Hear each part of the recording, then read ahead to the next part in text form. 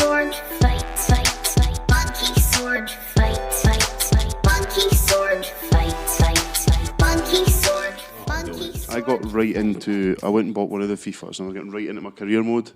Can't mind who I was with, but like I was fucking killing it, right? Getting a load of decent young players in, and then it glitched out when I was doing someone a contract offer, and because I put what I thought was going to be their annual wage, and it changed it in their weekly, and then gave them like a £45 million a week contract, and I was just like, fuck this. Took the absolute paddy and turned it off. Was he not worth it? FIFA 19's so broken that in your career mode, when you invite Petr Cech into your office to negotiate a contract or a transfer, he comes in with a suit with his goalie helmet on as well. Oh, for fuck's sake. I'm not fucking joking. I love that. I see it on my Instagram. It's just that FIFA 19 glitches, and like one player's like 500 feet tall, and the rest of them are just like, that's some good shit. Happy days. For those of you who haven't figured it out yet, we are recording to you live this week from the studio, the lab. Andy Matt's beat-making crib. Yeah. The original lab. The original lab. Yeah, well, actually in the living room / kitchen tonight. Not the old studio, but it's close enough. Effectively, this is as close as we're getting to Joe Rogan's studio. It is. This is what happens here. Yeah. So we've Drinks are flowing. It's The very beer's out. chilled out tonight. Good vibe in here. Good ambient lighting, aye.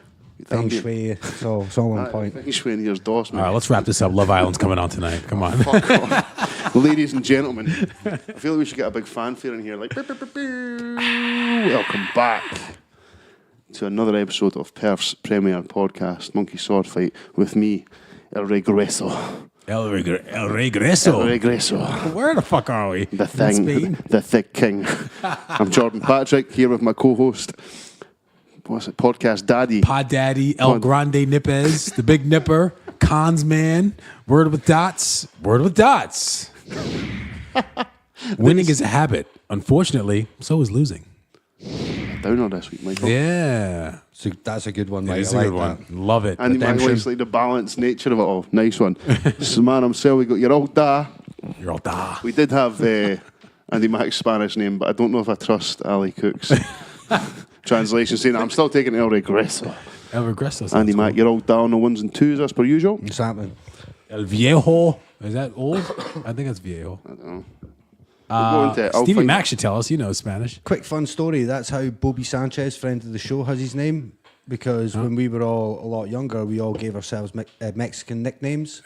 And mine was Mac Marquez, but he came up with Bobby Sanchez, and we still call him Bobs to this day. Oh, all right. And that's now why it's his Twitch tag and all that. So fun story for you. What a guy. That was a fucking famous I'll video just read game. these out quickly from Alistair Cook. Mikey Dots is El Grande Nipes. Arriba. I myself am El Regreso. And Andy's Padre Viejo. Padre Viejo. Paddy Vieira, mate. Padre Viejo. Padre Vieira, this podcast. I'll just go with Paddy Vieira, mate. I'm happy with that. Workhorse midfielder. That's what you are. You're the middleman. Grinder. You're that workhorse centre midfielder. Grinder. I'm the useless right back, and Mike's just the overpaid up front striker by abroad. I'll take that. I'm all right with that. That's fine. But we're back to you after an extended break. Took a wee week off. Do we still have an advertiser this week? I don't even know. Yes, do. We're we ready do. to roll. This week's show is once again sponsored by Stevie Mac Skate School. Love that guy. Stevie Mac Skate School on Facebook. I got to know Stevie Mac. He came out for a day out. We'll get into. Oh yeah. Fucking Oh yeah. top guy. Fucking, I'm telling you, if you're listening to this now, Stevie Mac Skate School is the best place you can put your kids. That guy is a fucking legend. Hell yeah. All ages and capabilities are catered to. Some kick-ass t-shirts. I love that wee monkey logo he's got. I need to get myself one of them. I wish you did like an after-school thing, because I'd send my daughters there. Instead of paying fucking 20 pounds a day to put them in after school, I'd be like, hey, go fucking skateboard. Get some, hang out with Andy Mack. Yeah. Stevie Mac. Stevie Mac. Too many Macs in my life. Stevie Mac's skate. I actually have 2 Stevie Macs on my Instagram. And I liked the post of one thinking it was the other Stevie Mac. And you can't get those likes back Can't get on a like Instagram. back. That's a notification You've on the used internet it, forever. that's Stevie Mac Skate School on Facebook. Get at him. Aye. Patreons. Patreons are coming up, yeah, because we haven't done this podcast 77 times, and I should know this by now. 2 weeks off. And we're We like, got a new one, actually. Yeah? We got a new... Oh, no, that's just Davey. Was it? No, we do have a new yeah, one. we do. We do have a new Patreon. We do. Talk amongst yourselves. Ba, ba, ba, ba. You know what? I was listening to a podcast today, and they explained. Why don't you, while I'm looking this up, explain what Patreon is for some of the new listeners, and maybe they want to contribute. So, to our standard listeners, to the plebs out there, no, I'm not joking. Plebs, oh my goodness. Our Patreon is it's almost like it's like a crowdfunding website, but it allows us to do this podcast, cover the overheads basically, so we can break even. We've managed to, because of your generosity, get out some merch. Get these kick-ass T-shirts, which you can see on our website. They are killer. We'll post a picture of it tonight. Yeah, and I've got a spare T-shirt sitting next door, which I was going to keep for a giveaway. So I think to help promote the Patreon, we'll give one of those away tonight to one of the listeners. Hey. The Patreon subscribers only, though. Yes, they will be entered into a prize draw. So if you want free shit, you got to pay for it. I will say as well, though, man, like we have a lot of people to thank for this. We have Andy Henderson for the original.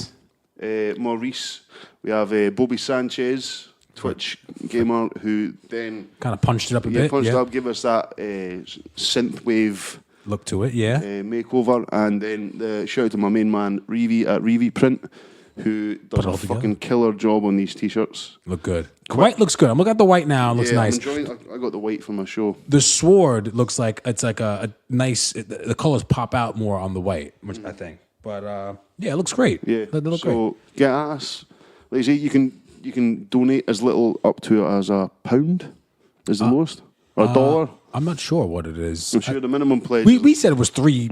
Yeah, I think we said it at £3. Give as much or as little as you can. Yes, please. Anything, every little bit helps. Yeah. So like I say, we've got some good plans for this cash money. Yeah, we got some surprises coming up for you guys. So here are the people that have donated to us. We'll start with the newcomer, Danielle Miller. Shout out to Danielle Thank you, Miller. Danielle, for jumping on and supporting the podcast. When I got that alert on my phone, I was like, oh shit, yeah, this is still happening. Yeah.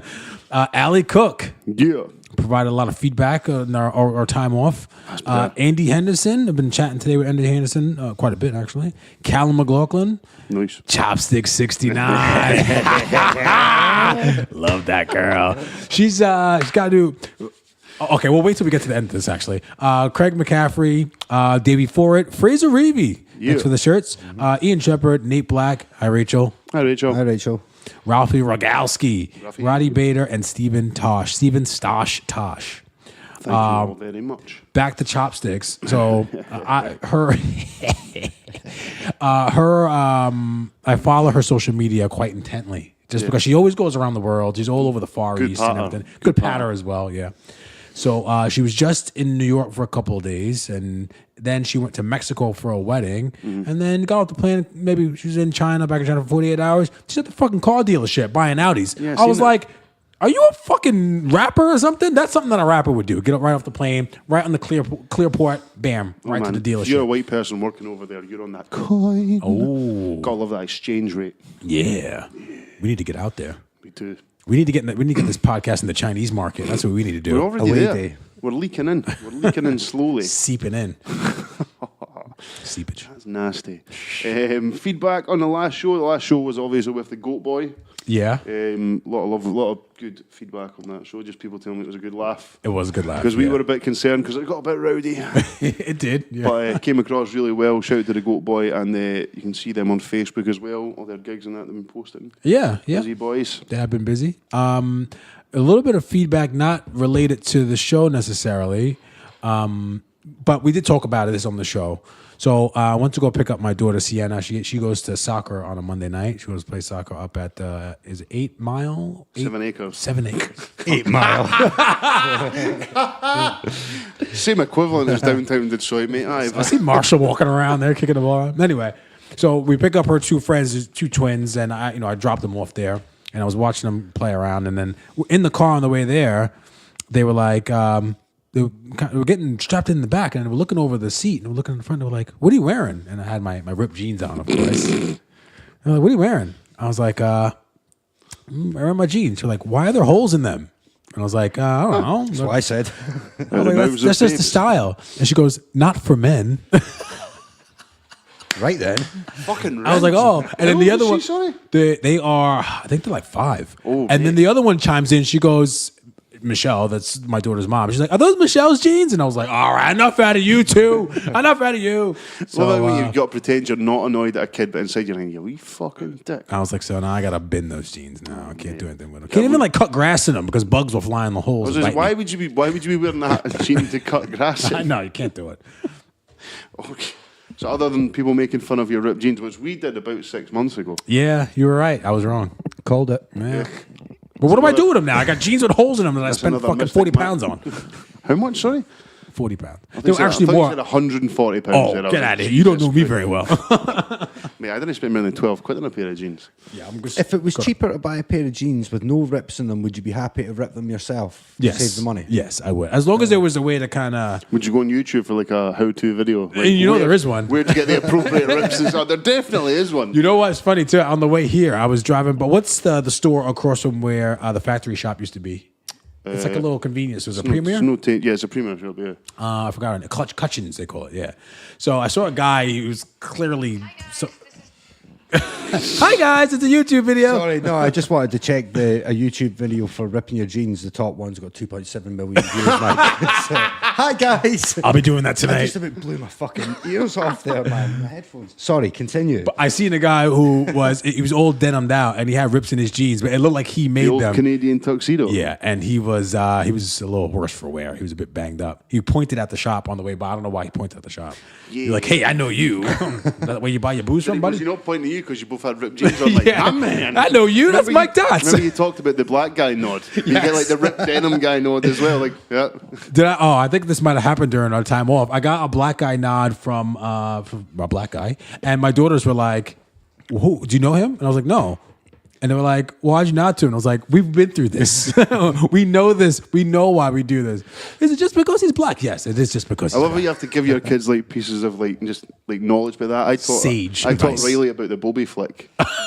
And my mum's like, "You can't tell him that." I goes, "Well, better I tell him that he finds out the hard way." I know you don't want to find You out need to the learn hard how to defend that. That's a swipe and retaliate. That's what you're looking for. Swipe with a weak hand, straight back out with a swipe jab. and retaliate. These are important things, especially going up to high school. When a boy becomes more aware of his balls and that he must protect them at all costs. Because as you become more aware of your balls, you realize that their balls are open. The other guy's balls are Everyone open. else knows your weakness, your main weakness. We all went a little bit silent there. I know, because we've all remembered our ball shots. The first time you got hit in the balls. Just thinking, you get to that age, the more you start to realise you've got to protect them is about the age you start to realise you've got to fondle them more. You got to take care of them. I know, Yeah, you gotta look turned after them, 10 man. the other week, I realised, man, I've maybe got 2 years tops of non-crusty sheets Oh, left. You know what I mean? And no. then he's going to hit it, and then I'm going to realise all the disgusting things my mum noticed when I was a I know. teenager. That's the real reason my mom didn't come on the show, on the podcast when they were here. I just didn't want to Oh, tell shit, her. it was masturbation stories. Masturbation stories. She had full of them. Pages and pages of them written down. Your I don't know why. therapist gave you back. There's nothing I can do for this man. Well, this is what happens. Take 2 weeks off, and we're already, 5 minutes in talking about wanking? You talk about balls, yeah. Master crusty sheets, yeah. It's like bingo. We've hit all the marks already. MSF bingo. Yeah. We should do one of those. I got a new phone, All right. as you can see. How is it? Oh, it's white. There's a story, yeah. Is that a white case? No, it's clear case, just so I can show off that the fact that I have. I don't know about a white phone. Why not? I don't know, man. That seems a bit Racist. flash. Yeah, that's the point. Yeah, I want them I wouldn't flash. consider you to be a flash guy. No, No. I'm not a flash guy. I agree. I'm not. No, No. so I just wouldn't pick it. I mean, you do you. You have whatever colour phone you want. Yeah. I myself don't see colour. Well, there's a big story. You ready for the story? Okay. Because remember how we were talking about, and I should have took your approach on this, Andy. Right. Remember how I was talking about how Skylar was very upset. She had a bad Amazon experience. And even so, we were talking about ordering something else. Even today, she was like, "We're not ordering from Amazon, are we?" I was like, "No, don't worry about it. Don't get anxious. I just want to be like, look, Amazon's a reputable company. Yeah. They're fine." Scarred for life, it sounds Exactly. to me. I have a bad Amazon story, actually. Okay, you go first. Sorry, just quickly. Just this is one size does not fit all. Oh, what were you ordering though? So I was I've got a wedding in a couple of weeks, and I couldn't figure out what I wanted to wear. Mm-hmm. So I ordered myself a set of braces, like over the top ones. Yes. Because I couldn't find. Like, I just thought like the trousers I've got are quite loud. The ones I wore at New Year. Okay. So it's difficult to put anything else on with it that doesn't fuck up the pattern that's on my trousers. Okay. So I thought, right, I've got a bow tie and a fucking set of braces. Mm-hmm. One size fits all. Okay. Nah. So I loosen these braces to the very longest they can go. Yeah. And they just get over my shoulders. Ah. And then as I'm just like that, not even pulling that hard on it, the back, right in the back of the fucking head. That was a bad afternoon. Are you sure they were men's? Were they adults? Men's, one size fits all. I even checked my confirmation email. One size fits all. My arse. So how much were they, first of all? They were only like £5. Okay, so did you send them back? No, because they broke. Oh, sure, you couldn't do As it. they smashed off the back of my head. And gave you a concussion? So it was like a triple fight. This doesn't fit me. Ow. Fuck, I can't return it now. Imagine it smacked Chuff in the face and she fucking went down. That would have been terrible. The braces, you fucking dirtbag. She wasn't there. She was in the other room. I was about to do you do the fashion show. You can't get changed in front of the person. Yeah. You have to go in the other yeah. room and get changed and then come back so they see it as a winner. Yeah. You know that. what I mean? Andy doesn't. He's like, what the fuck are you talking about? Andy's got mirrors. That's why. We have mirrors too. We just. And enough self-confidence to be like, I don't care if you don't let us. Not me. Not you. Nah. Oh, did you bring that bow tie? I did not. What do you need it for? Nah, 2 weeks, correct. Oh, okay, cool. I'll bring it to Carry on. work in one day. Sorry, your phone. Yeah, so the phone. So I get a text message from Vodafone during a time off, and they're like, "Oh, you could upgrade early." And I was like, "Oh, fucking cool. That's good." And so this was this Saturday. What was the bank holiday that we just had on the Monday? there? I've lost track. I've lost days. But it was a bank holiday, not this past Monday, but the Monday before that. Yeah. So I was working, and I did this on the Friday. So on the Friday, I got everything organized, and they were like, "It'll be with you on Monday." And I was like, "All right, cool." So Vodafone gives you a tracking number, and they say on the website after they send you the email, you can track the progress of your delivery here. This is the best place to do it. Basically saying, don't fucking call us. Just do it on the website. So I check it Saturday, nothing. Check it Sunday, nothing. Check it early Monday, nothing. So now I'm fucking pissed off. And now I'm like, why isn't this coming up? So I go on the web chat. I was going on the web chat, and I was talking to the people, and they're like, "Oh yeah, it'll be with you by 6 o'clock. You'll get a text message to say DPD will deliver it to you we'll give you an hour time slot." I was like, "Oh, hour time slot is good." So now we get to like 10 o'clock, still no text message. So then I go back onto the web chat. What's going on? "Oh yeah, it'll definitely be with you today." Nothing. It'll get to like around just before I'm going to work at like 1 o'clock. "What's going on with this phone?" "It'll definitely be with you by 6 o'clock. Then I gets to like 4 o'clock, and I'm like, "What's going on with this phone?" "Oh yeah, because of the bank holiday." I was like, "No, you didn't fucking say that though. You didn't say that. You said that it was going to be delivered on Monday, and it wasn't here on Monday." So now I'm kicking off. I'm complaining all over the place. I went actually into the shop. I went down to the shop the following day on the Tuesday. Well, it still wasn't there on the Tuesday. Went there into the shop on the Tuesday, and I was like, "Yo, just give me one of your phones. Like, give me one of the phones, and I could just put it here." And the guy was like, "Can't do it." I was like, "Why can't you do it?" He's like, "Because the phone is already on its way to you." And I was like, "I don't care." I was like, "I don't care. Why can't you just give me one of your phones?" He's like, "No, I can't do it." And I was like, "Thanks for nothing. That's fine." So then finally I got the phone, and then I went to go talk to somebody in customer relations with Vodafone. And I when I sent in the email, I was like, "Yeah, I want an Apple Watch. I want you to give me an Apple Watch for the thing that you fucked up." Not even like, "I wish to be recompensed for this." Is that I'm a fucking Apple Watch. I said I want compensation starting at an Apple Watch. That's what I said in my email, right? And so the guy emailed me back, and he was like, "Well, what can we do to make this?" I was like, "You read my email. That's why you called me. Don't ask me what you can do. I want an Apple Watch." And then he was like, "Well, we can't give you an Apple Watch." But he's like, "I understand. Blah blah blah." It was a bank holiday. I was like, "Are you gonna give me the Apple Watch or not?" And he was like, "No." And I was like, "Well, I want to take this complaint further." But then he wore me down. I couldn't nip anymore. I nipped as far as I could. Andy Mack has never looked prouder in his entire life. Guess to what the I got? man that sat. What? 30 pounds. I got 30 pounds off my fucking bill, and that was the end of it. Oh, thank you. So The big nipper. the big nipper. I got out nipped by the Not being guy. funny, at but 6 Vodafone. months ago you've been like, "Oh, that's cool. I'll wait till Friday." I know. I should have. Proud of you. Andy Max looks like a proud father. Your old dad is beaming. I was. He didn't get the Apple Watch. No, I didn't. Oh, progress. And you know what? Progress. I was happy with that. I was happy with that until today, right? Because I was like, you know what? Asking for a 400-pound or 300-pound watch, that's a lot. for what actually happened is understandable. It was. But I don't want them to know this. They won't listen to this podcast anyway. But They anyway. must know they have failed. Yeah, they must know they have They failed. must You're know right. how they have failed. But then I was listening to a podcast today, and the guy was talking to me about he had a similar issue, and he got a fucking watch out of it. He got an Apple Watch out of it. I was like, God damn it! I should have stuck to my guns. All depends really on how psycho you can go. Oh, I can go psycho. I think a lot of it depends on how well you know your rights, how well you know their complaints procedure, what their ombudsman and all these kind of things are. Because then if you can get somebody on the phone, you know your shit. You know how it is back in the day if you've ever had a cussy on the phone who knows their stuff. There's nothing like being put under pressure by a customer who knows what the fuck they're talking about. I always man. feel like I never have to even raise my voice when I call customer service unhappy because you drop a few buzzwords like you say, Sorry you feel escalation that way. procedure. I'm really sorry you feel that way. Whereas secretly inside, I'm overjoyed. You're having a terrible time. You cunt. I remember snapping a pen at work because somebody called me. Is that you work in a fucking call centre? You must be a big, stupid, ugly bastard. And I was just sitting like 2 out of 3. Yeah, you're sitting there thinking, I've got this cunt's address. I know, And right? he's not very far away. That's a day's drive. Would you drive a day just to kick somebody in the balls? Maybe a day, like on the road for 24 hours, or like Like sleep within over it's a and- day's drive. So like, you're Yeah, maybe. Maybe I'd do it. Depends what they've done. Beat the balls off them. Yeah, why not?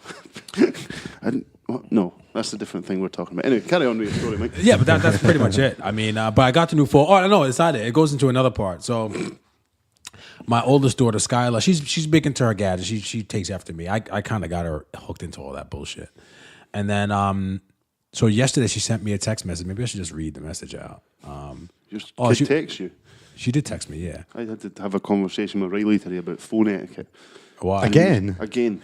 Was he sending you dick Every pics 3 again? months he brings this up. He's like, Fucking son, you pisses need me to off. text us back. Like, He's going to go and be like, you're never there, Dad. I'm like, oh, no, I've still got the fucking text messages on my iCloud. You can fuck off. So carry on. Yeah, so she wants my old phone, my iPhone 8 Plus. But I am selling that phone in order to pay for this phone, and I had plans for the other extra 100 that I was going to give it to her. And I was like, it's not her birthday, it's not Christmas time. This is like, I was going to save this for the Patreon, but I guess we can do it now. Tell me if I'm a bad dad. This is bad dadisms, right? All right. So she was like, I want the phone. And I was like, well, I'm selling it for 200. I'm not going to just give you a 200-pound phone. I was like, you don't really need a 200-pound phone. You're 10 years old. And she wrote back to me, Daddy, I'm your firstborn child. Please give me the phone or I can't call you, she wrote to me. I was like, what the fuck? What? I was like, evil absolutely genius. not. I love it. I was like, you don't need a 200-pound phone. I was like, I'm not sure why I'm having this conversation with you right now. That's Today she was like, sensational. today when I picked her up from school, she was like, Dad, I'm sorry. But am I a scumbag for not wanting? I had plans for that money. No, not at all. Look, I have not this at all. conversation all the time. Like, I'm quite happy to reward Riley when he's done something. Yeah. Like, we have a money-based reward system for his football. Okay. Which is costing me a fucking fortune, by the way. You know what? That's why he's playing so well. I kept seeing you post him on Facebook. So, last season, but the first half before the summer, Riley scored 6 goals, something like that. Yeah. So in the summer holidays, I'll say, right, my Uncle Joe used to give me 50p a goal. Inflation, all that. I go, Inflation. right, I'll give you £1 a goal, and since you're a winger, 50p an assist. So wait, when do you give him after the game, or is it like a lump sum at the end? After the game, yeah. After Okay, the game. after the So, game, like, so I'll give you £1 a goal, 50p an assist, and if you get man of the match, I'll give you a £5. So, second half of the season, not including the first 6, 26 goals. Yo! 3 man of the match. And he's the only, because they play 3 50-minute games, he was the only player up until recently to have scored a hat-trick in like a single match. The other week he cost me £9 because he scored 4 goals and got man of the match. He's got shit he's got to buy, obviously. You know what I mean? So yeah, you have to have the reward system. Like, his mum's a bit more lax. Not in a bad way, but like, she's like, I'm going to get my treat. I'm like, why? What's he done to deserve the treat? Yeah. I'm not trying Exactly. not trying to be an arsehole, but Yeah. like you'll appreciate him more. If he's done well at school, I'll buy him whatever he wants. Yeah. Or if it's Christmas or his birthday or again like with the football, yes, 100%. But if it's just like Tuesday and they're like, It's Tuesday. it's Tuesday, Dad, can I have your phone? No, No. you can't. Like if you didn't have plans for the money, you'd be like, oh yeah, here you go. If that was just going to lie, because a lot of old phones when you upgrade just sit in a drawer. Yeah. You know what I mean? Then Yeah. No, it's still the reason why I upgraded now is because the phone still has value and I can put money toward this and then I can get some other cash for it. But I was like, it's not your birthday. It's not Christmas. No, hell no. And like when I was talking to Connie about it, because the girls are they're having issues kind of staying in the new place now. So it's because they're not used to it yet. Oh, yeah. So I was like, and I'm setting up a reward scheme for them so that the longer they stay overnight with me, then they'll get prizes. So I have ice skating as one of them. There's like an Italian restaurant that we went to in London that's in Edinburgh called Vapiano's. We're gonna maybe do that if they hit a certain amount. And then I was thinking about, I was like, do you think I should give the phone as one for like a certain amount of nights? And I was like, nah, that's a lot of money. Like that's way too much money. You've got to have, especially with change with kids, you have to try and make it something until it becomes normality. Yes. Especially in that situation, just from my experience of being a separated parent. Did you have issues with Riley? I know this is kind of changing topic here. Not even but so much issues, but like you have to sort of be very aware that all of a sudden the kid's entire life has changed. And kids fucking struggle with change. Adults struggle with change. So you have to make sure there's a routine. Yeah. And not even so much like you can have rewards, you can just introduce more fun things, or for the first few weeks you're there, make it really fun until it becomes a normality. Yeah, that was my thing. I didn't really set in how much change was happening until I actually thought about it, and I was like, shit, I need to acknowledge that to them, which I did. And it's just trying to get them to slow. It's just going to take time. I've only been there a month. Oh, yeah. So it's just going to take a little bit of time. So the phone would have been a really good incentive one to use, had that issue come around, say, maybe August, start of a new school year. If you could prove that you could have these grades or whatever it is, some sort of target-based thing over a longer period of time, maybe the value of the phone would be worth it. But I see what you're saying. It's just like, it's a lot of money. Yeah. You have to have but over a long target, maybe over 6 months, if you were going to dance class or something, if you could do this and then do a show, gold stars and all that. And then at the end, a much longer sort of target-based thing. Oh, okay, I got you. Do you see what I'm saying? You have to have it in place as well, though, so you can take it away. Like a few weeks ago... I can't tell anyone what to do with their kids. That's good, though. But I don't have kids. But the way I see it would be something like that is a longer-term incentive rather than... But you have to understand as well that these things are they're a privilege. Like, because Riley's a well-behaved kid, never had problems with him ever. He's a good kid. I can vouch for that. And then a couple of weeks ago, his teacher, I go and pick him up every Friday.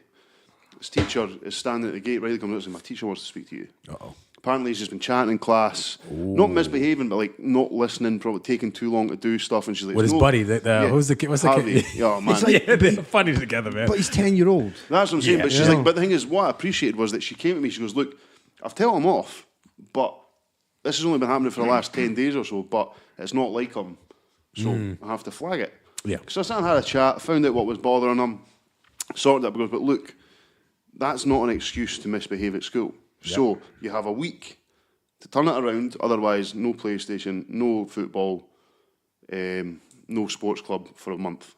Ooh. I was like, look, these are all privileges that you have. These are not just things that you get given for the sake of it. So if I speak to your teacher next Friday and I've spoke to her there and I've said, look, I'll come back and speak to you next week, and if you've been anything less than the perfect people, it's gone. That's it. And then wrap that shit up. Went and spoke to but you need to stick to it then, because so many folk would just be like, well, fuck it, come on, get out my hair on Saturday morning, go play football. Yeah. And then that just completely means that, the threat... Yeah, it doesn't mean anything. We got to follow through. And then for that weekend, I took his phone off him. Mm-hmm. So that whole weekend, I said, right, you're not getting your phone this weekend, though. He's sitting texting at his mates. My dad's he don't text you back anyway. So exactly. I was like, not going to fucking bother you, is it? But he's like, can I watch YouTube on my Fire Stick? I was like, no, you fucking can't. No, I was like, so the next week, everything's sorted. He goes, look, that's cool. That's brilliant. But if it happens again, you're not getting a week to fix it. Yeah. That's it done for a month. Yeah. Until you figure it out. So you've got to have that. You gotta be firm, and like because the changes that have been happening with the girls. Like sometimes my oldest daughter, like she'll kick off and like she'll like start hitting her sister or something like that, and I'm like, look, everyone gets the opportunity to feel shitty. I don't say shitty, but everyone gets the opportunity to feel bad. Don't take it out on me and your sister. Like that has nothing to do with us. And I always make sure that if she does, I always go upstairs, go in your room. I'm not gonna take everything off you. go color, go read, go do something. So she likes to draw or whatever. So I was like, go up there and draw, go up there and read, and just go relax yourself, and then come back down when you're ready. And then it normally settles her down. She comes back down like, oh, what's for dinner? And I'm like, oh, You got to give them the you want to eat opportunity. now? Yeah, oh, let's do it then. You see too many parents are bothered about their child liking them. Yeah. I'll give a shit. They never, like, It's I've always been a disciplinarian, not strict, because my mum and dad were not strict, but if I'd fucked up, I tell can't her about it. imagine Mama Pat's been, oh, what's happening, sweetheart? All Did right, I darling. fucking right? Oh, She's mellowed out now, That's what I'm saying. probably. You Yeah. said this, the Bill Cosby bit. It's like, that's not your grandmother. Like, I have this argument. So we go to my mum's house every fucking Wednesday for our dinner. Every Wednesday when I get the wee man, pick him off the after school club, we go to my mom's for tea, have dinner, have a chat. Him and my dad have a game of chess. It's lovely. Yeah. But we go down there, and I'm sure I've told this story before, and Mum goes mental at me for it. When I was staying there for a bit after me and my ex split up, it was about 9 o'clock or whatever. It goes out, right, go downstairs and say goodnight to your granny and granddad. It's like, okay, cool. Comes back up with a fucking chalk ice. Oh. And I took it off him. I was like, who the fuck did you get? He's like, Granny gave me it. And I went down and I was like, Mum, what the fuck is this? She goes, what? I was like, it's 9 o'clock. He's in his pyjamas and I've sent him downstairs. What do you think he's in That's for? why we love Mama Pat.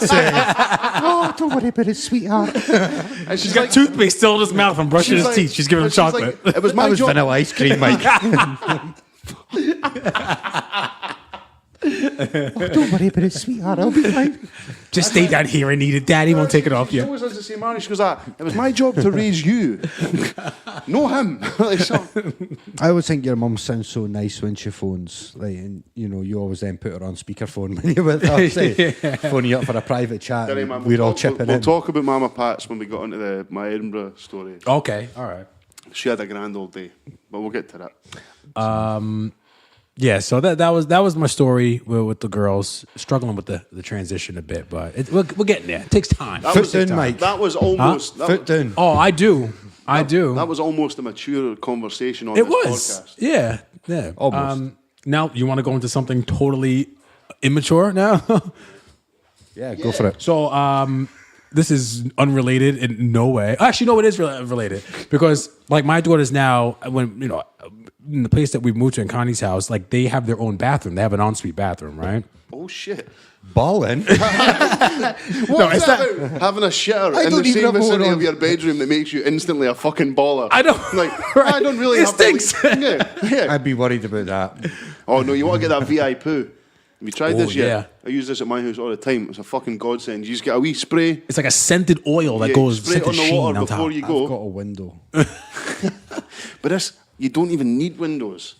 I actually sometimes take a shit in there and then sit for a bit because it smells nicer than like the outside. Yeah, get the you fuck do outta not. Of course I didn't. The lies When have we coming ever- out of your When have mouth. we ever called anyone out on talking shit in this podcast? I know, right? Gone for 2 weeks. So they're like, now they have their own bathroom. They get up in the middle of the night, and then like I hear them rustling around, and they'll go back to bed. Or sometimes they wake up, and they're like, ah! But then they got to put them back to bed.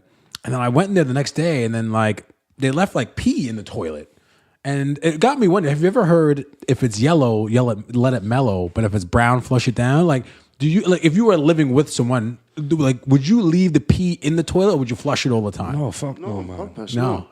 Like, On purpose. not Who- like who- did who's they letting flush it it, mellow? flushed it? Who looks at it and goes, I'm gonna leave that for later. No, well, whatever you don't want to wake the whole house up peeing, like flushing the toilet. I mean, Oh, you mean the middle of the night? yeah, All right, yeah, 2 in the yeah. morning, or let's say you just No.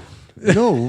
What kind of animals are you all? Well, What's see, going Ken, on what, here? it was different. Like What are when you up to? I was in my mum and dad's house, I wouldn't because like where the bathroom was. But in my house, I do because my bathroom's at the other end of the bedroom, so nobody's Yeah. hearing that. yeah, I flush it down all the Plus, time now. my kid fucking sleeps like a log. Like Just a turd log. quick sidebar since we're doing a paternal episode. How nervous were you the first time you had to go and swap out a tooth for money? Oh, I'm still nervous. Like, yeah, you go full ninja. but you know how deep your kids get into asleep by that point, so you know that you can move them around a little bit and they'll be all right. And like even to you gotta have to remember, like on Friends, it was like, is it Friends with a tuck and roll where Yeah. Ross was? You gotta have to do something like that. You kind of have to fold the pillow over their face like you're suffocating them, and then you have to. Oh, because you got the temptation. Oh, Don't because you actually- wanted your phone, Mike. Fucking hell, man. This has gotten real You don't sinister, actually man. kill. You don't actually kill them. You just but, pretend. But my daughter, she was slick, right? She wrote a note but didn't tell me about it, right? And then I didn't know the note was there. So I just took the tooth out, put the money in, and she was like, oh, the tooth fairy didn't take the note. I was like, God damn it. Why didn't you fucking tell me about that? The next time, right, she wrote something in the note. I didn't actually read the note. I just took the money out. I mean, took the tooth out, put the pound in, and then the note had a request in there, like a question or something. So I had to fill. It was like a questionnaire. Who fucking puts this questionnaire under the pillow? Done that with had Santa. to write it in. Had to write something in. And I was like, oh, I don't know where the fuck it was. I don't know. Tooth fairy just took it and got out of here. The pens are bigger than the tooth fairy. She can't write it. I had to do that with Santa. I'd done that with Santa Claus when I was younger.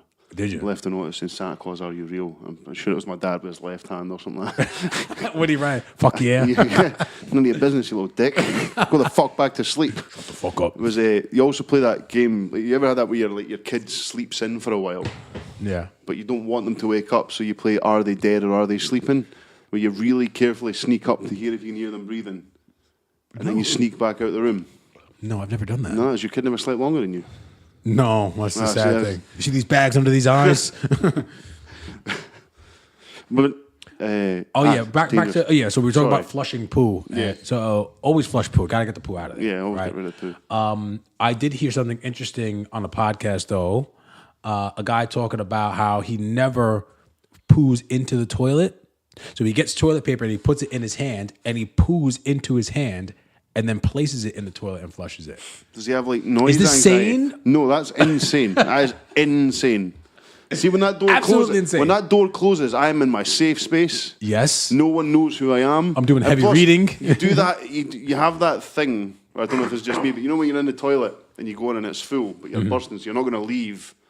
You're going to wait for one to open up, Yeah. and then someone comes out one of the stalls, and you have to try and avoid eye contact because Yeah. that person knows that you're about to smell their nastiest. You're gonna inhale that. Yeah. Yeah. That's why I only shit in the house. Oh, Really? you're one of those. It's like my body just shuts down or something. It's like you're half an hour from going home, just fucking kind of not going to go and take I a don't big know. shit in the I've water. always been fairly comfortable just to go if I need to go. I got bad guts, man. I can't. I'm never in the position where I feel like I need to go. It's so weird. It's like my body's conditioned. It's like you're not going to go and remember the place that shall not be named, right? Yeah. When I used to work there, like I've said this a million times before. Folk, you go in at 8 o'clock and there's folk in the toilet taking a shit. No at good. 8. You're just like, come on, bro, what the fuck? Like you left the house half an hour ago. I've got my routine. You get in at 8:30, have a coffee, check my emails, eat whatever I've got for my breakfast. 9:45, dump. In there. 10, smoke, back to work till lunchtime. In the place that shall not be named, did they change the toilet paper holders in your building? Yep. I want to fight someone. Now they have it's like single sheets that come out. You can't like pull it off the roll. You know what I mean? It's like little single Wrap sheets your that whole come out. hand up. Can I get a good hand wrap? Howk it right in there. I was on the Guinness last night. Wrist boys, deep. I'm sorry. Nah, a good Guinness, you didn't need to wipe. I'm on the Guinness tonight, actually. Well, a Guinness. Oi, oi. Yeah, but I just wanted to mention the poop story because I thought that was very strange. That is. I think it's weird that you just wouldn't flush the toilet in the middle of the night because you're worried about waking somebody else up. I'd be more worried about them waking up and finding the fact that I hadn't flushed the toilet rather than the shame of It's a waking little them yellow up. pee. I mean, it's not True. bad, huh? Megan had the first experience of sitting down on a toilet seat that hadn't been lifted in a house full of boys. Oh. And there was me and I had Riley and his pal over. And I knew it wasn't me because if I forget to lift the Riley's toilet... just pissing everywhere. No, but you know, it's that thing you have to sort of have it like if you have a boy, you're like, look, man, they don't like sitting and pee. I hate it. You need to either lift or wipe, just Yeah. one of the two. But that's toilet etiquette. This has been a strange episode so far, and I'm digging it. I feel like the toilet seats in this country just aren't very, very good, though. They don't stay up at a lot of places. No, and you get that like, the fright when it slams back down. Yeah. Yeah, every time I jump, No, I don't like which it. is dangerous if you're peeing. I swear, well, you can see where my bathroom is there, which is right next to the close. I swear it could be 5:30 in the morning, could be 9:30 in the morning, could be 7:30 at night. I swear to God, the minute my arse hits that fucking seat, some cunt's walking up and down that close up a fucking fag. And the other Sprinting. worst thing is that you've sat there for so long waiting for them to go that by the time you then lift your arse off the seat, the toilet seat is still stuck to your arse, and then it clatters back down, and anyone about 6 blocks up or down will know, yeah, he's just been for the shit. You ever do that thing where you sit down for It's too long, your brutal, legs man. go to sleep? Oh, yeah, I've done that. Yeah. You stand up like a fucking baby deer, right? Yeah, You start shaking. I'll give you 2 more. Is that you good shit someone when you get the twitchy leg. I find it's my right leg. It just starts going. You're like, oh, Yeah, right. fuck it. That's a good one. This is a strange episode. The other one was I found that going for a shit has actually got a position that allows me to crack my back really fucking deep, Oh, okay. Nice. which is bizarre. ultimate relief. All right. But it is. It's just like the way I sit, and then you just go like that, and it just pops like right up your back. It just goes so deep, man. It's one of those you're like, oh man. Yeah, but I gotta try that. have you seen these things that have come out, the stools though, to elevate Squatty your potties. legs? Yeah. So basically, We've been shitting wrong. When you sit like you're in a chair and shit. Oh yeah, you meant to squat. Yeah. Squatting is the, So they've invented these stools that slide around your toilet seat, so you can put your feet up on top of them, so everyone lines up. Yeah. Mm-hmm. Tell you what, you've never shat in your life. Is it good? How far are your knees up though? Not like comfortably, like it's like a step. So they're maybe just like the one I was on. It was maybe just slightly above halfway above the height. So your knees are above the seat, Yeah. but because they're supported, you're not struggling. Yeah, I need that. I'm telling you, that is, you've never shat before. You have never shat. The episode title. You could just You've never shat before. you could just do that way. I just need a wee box or A something. wee foot. Yeah, a wee footstool or A something. wee table would be ideal actually. When you I'll just fuck a week in the bathroom with me tomorrow morning, eh? Let us know. Splashdown. Just get one of the Okay. kids in there. Just put probably feed I'll put it top. on the Facebook page. You want this? Oh, you bastard! Bra or no? You want this phone? You're gonna get down there and put my feet on you. That's a strange thing to say. That's terrible. I'm sorry. Never mind. So how was your comedy thing? Oh yeah, it was Take us from beginning to end. So, yeah, for those of you, everyone will know, I got a space in the Edinburgh heat of this year's So You Think You're Funny. It's a kind of comedy competition where, like, if the winner out of the 350 people who enter get to perform at the Montreal Just for Laughs festival. So, yeah, had the first heat, woke up, nervous as all shit. I'd only really practice the night before. The rest of the week I'd just been memorising my buzzwords because, like I said before, I don't like to have it memorised because Yeah. it sounds like you're reading off a bit of paper. So feeling nervous, but I'd done it the night before and I actually made Megan laugh, which is a real sign because she's heard it all that much. That she should be laughing by that point. Yeah. So woke up, had my mate Ant and Stevie Mac coming around. Stevie Mac showed up like 45 minutes early, so we were straight on the tenants. Ooh. Cutting a boot in the living room. With his kilt on. A high-waist kilt on, which was a genius manoeuvre. Showing out. If you're a single guy and you're going to do it in Edinburgh, get yourself a kilt. Is Stevie Mac single? Yeah. Oh, okay. That boy got attention, like, for days. All right. So, went to the train station, met Mama Pats and her pal Fee. On the train, Mama Pats and her pal had forgotten to bring booze, so they tanned my bottle of gin. Ah, that's nice. Yeah, it was good. That's a sneaky move. That is a sneaky manoeuvre. If anybody can do it, your mom can do it. Her and Stevie Mac. Just give me a drink, darling. I will say, Come on, sweetheart. she loves Stevie Mac, man. She's fallen under a spell, pal. There's going to be big trouble on this podcast tonight if you keep talking. Andy's had enough. It's not even that. She also loves DM her right now because I've got internet back this week, boys. Oh, I keep forgetting that. She also loves Big Stosh. Her and Big Stosh got on like House on Fire. Oh, yeah. Stosh was there too. Yeah. Oh, great. He came through, and then and my pal Sean and his wife Deanne and their two pals who I can't remember, so I'm very sorry. So we got through, had a drink in a pub, and I had to be there like 45 minutes early. So it was in a place called the Rose Theatre. They have a basement comedy club. So it was like a proper small stage, but like table and chairs littered around the area. Yeah. So got there, met a really lovely woman called Joanna, and the guy who was hosting it was a Scottish comedian called Scott Agnew, who I'd never heard of before, but I watched some of his shit on YouTube beforehand, and he was really nice. Went in, tiny little fucking green room. Now there's 14 acts, Yeah. and this tiny little, it was probably about the size of the studio, Okay. Oh, fuck. but 14 people on like couches and chairs and shit all around it. Free Coors Light. Free Coors Light. There you Coors go. Light, but I think it was good. I would have paid to drink that. It was good though because I'd had a fair scoop before we got there. I must have had like 6 tinnies and a couple of gins before we got there, so I was feeling a bit buzzed, but I didn't want to go past that Do stage. you not think that's maybe a wee bit much to drink before you went and did something like that? But the thing is, I though? felt fine. Like I didn't feel like I wasn't like caning them back. This was over like a couple of hours by this point. So, but I felt absolutely fine. So I got there and I started to feel like a little bit nervous. I had a couple of Coors Lights, and because they're a little bit less strong, Saft. aye, it was free though, and I had 8 by the end of the evening. Got there, I was on third from last. So there was a right mixture of comedians. So I was quite happy. I thought that'll be good because I've listened to a lot of podcasts where like comedians say that going into like a completely cold crowd is fucking tough. Yeah. But if you go on super, super late, all the laughs might have been sucked out of the Sucked out room. of them. Yeah. So I thought, right, no, by the end it's quite, and they were rapid through, so you were getting about 5 minutes. Some fucking really funny acts. There was a guy called Tariam Boyd, who's he's a boy from Glasgow. He's a wee Muslim guy, and he was fucking hilarious. He was actually just appeared on a comedy show on BBC Three. All right. He was really nice. He subscribed to the podcast actually, so if you ever actually did listen, shout out to Tariam. Oh, great. Nice. Everyone was asking about the t-shirts because me, Stevie come Mac, on. and I did. Me, Stevie Mac, and all three of us had the Monkey Sword Fight t-shirts on, so I had loads of folk coming up. I was going to say, yeah, did you get anyone? Yeah, quite a few folk Representing, coming up. man, Coming that's from, I it. was like, Good oh, shit. what's the t-shirt about? I was like, I'm a white guy, I've got a podcast. Duh, can you look at me? Effectively decided that having a podcast for white guys is like the modern day equivalent of like homebrew. Oh, is it? Is that the thing now? Yeah, that's what it is, yeah. But no, it was I don't good. want to be that. So some really good acts. It was actually, as soon as like I started speaking to people, wasn't nervous because it was different from like going down to Blend or down to the open mic at the Green Room where People know you, they're yeah, going to judge you, innit? it's not even Yeah. that. It's like these people aren't here to see comedy.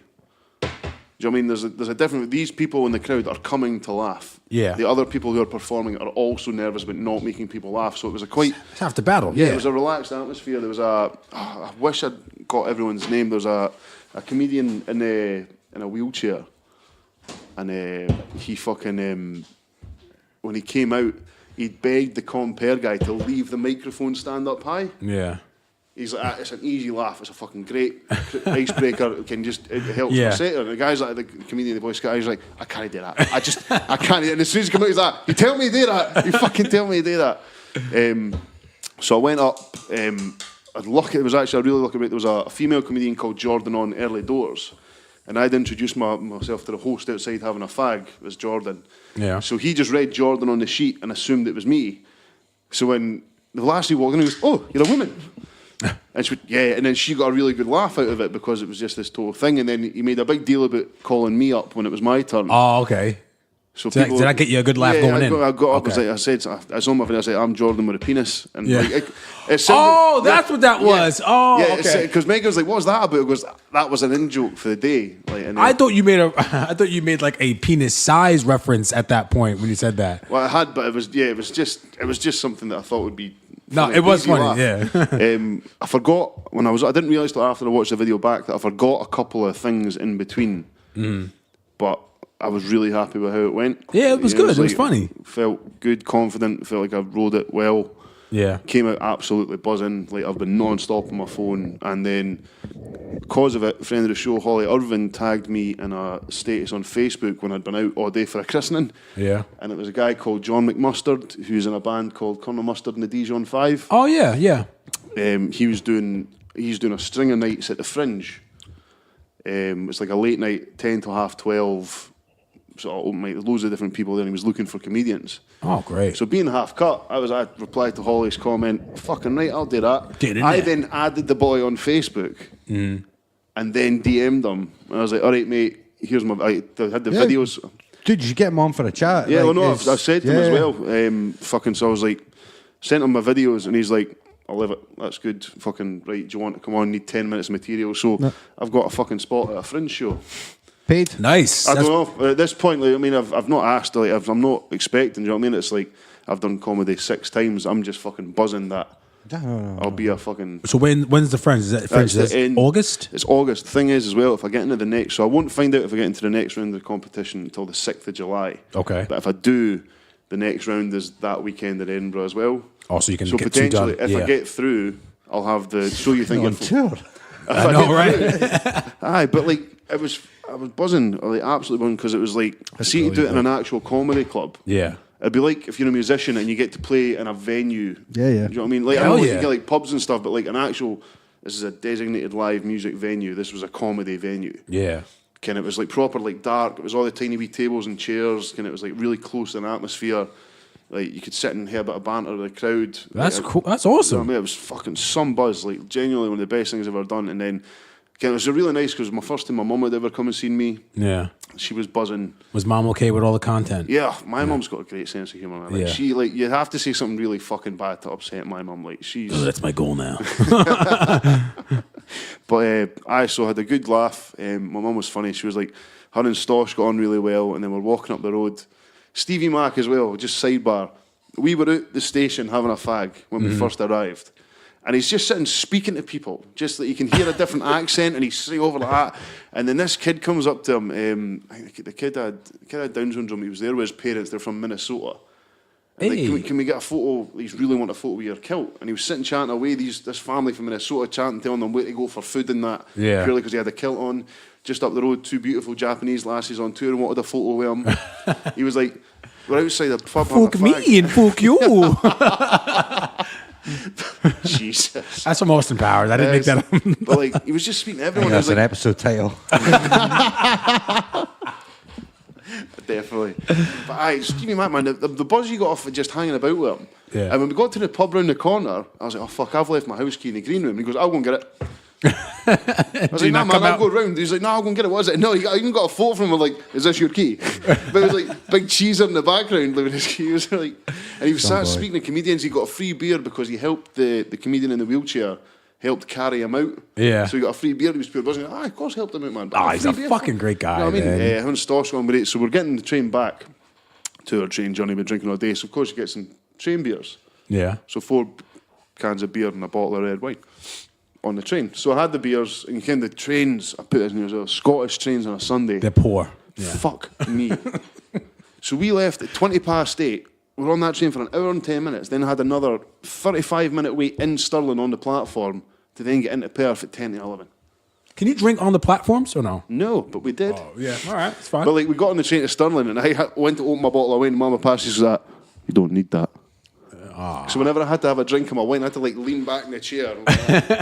You don't She was need getting that. good potato, so this girl sort of joined in on the train, and again, she was getting really friendly with Stevie Mac, but she's just fucking loopy. So we got off the train. We were me, him, and Anne, and this girl. Okay. We're going to go for a drink.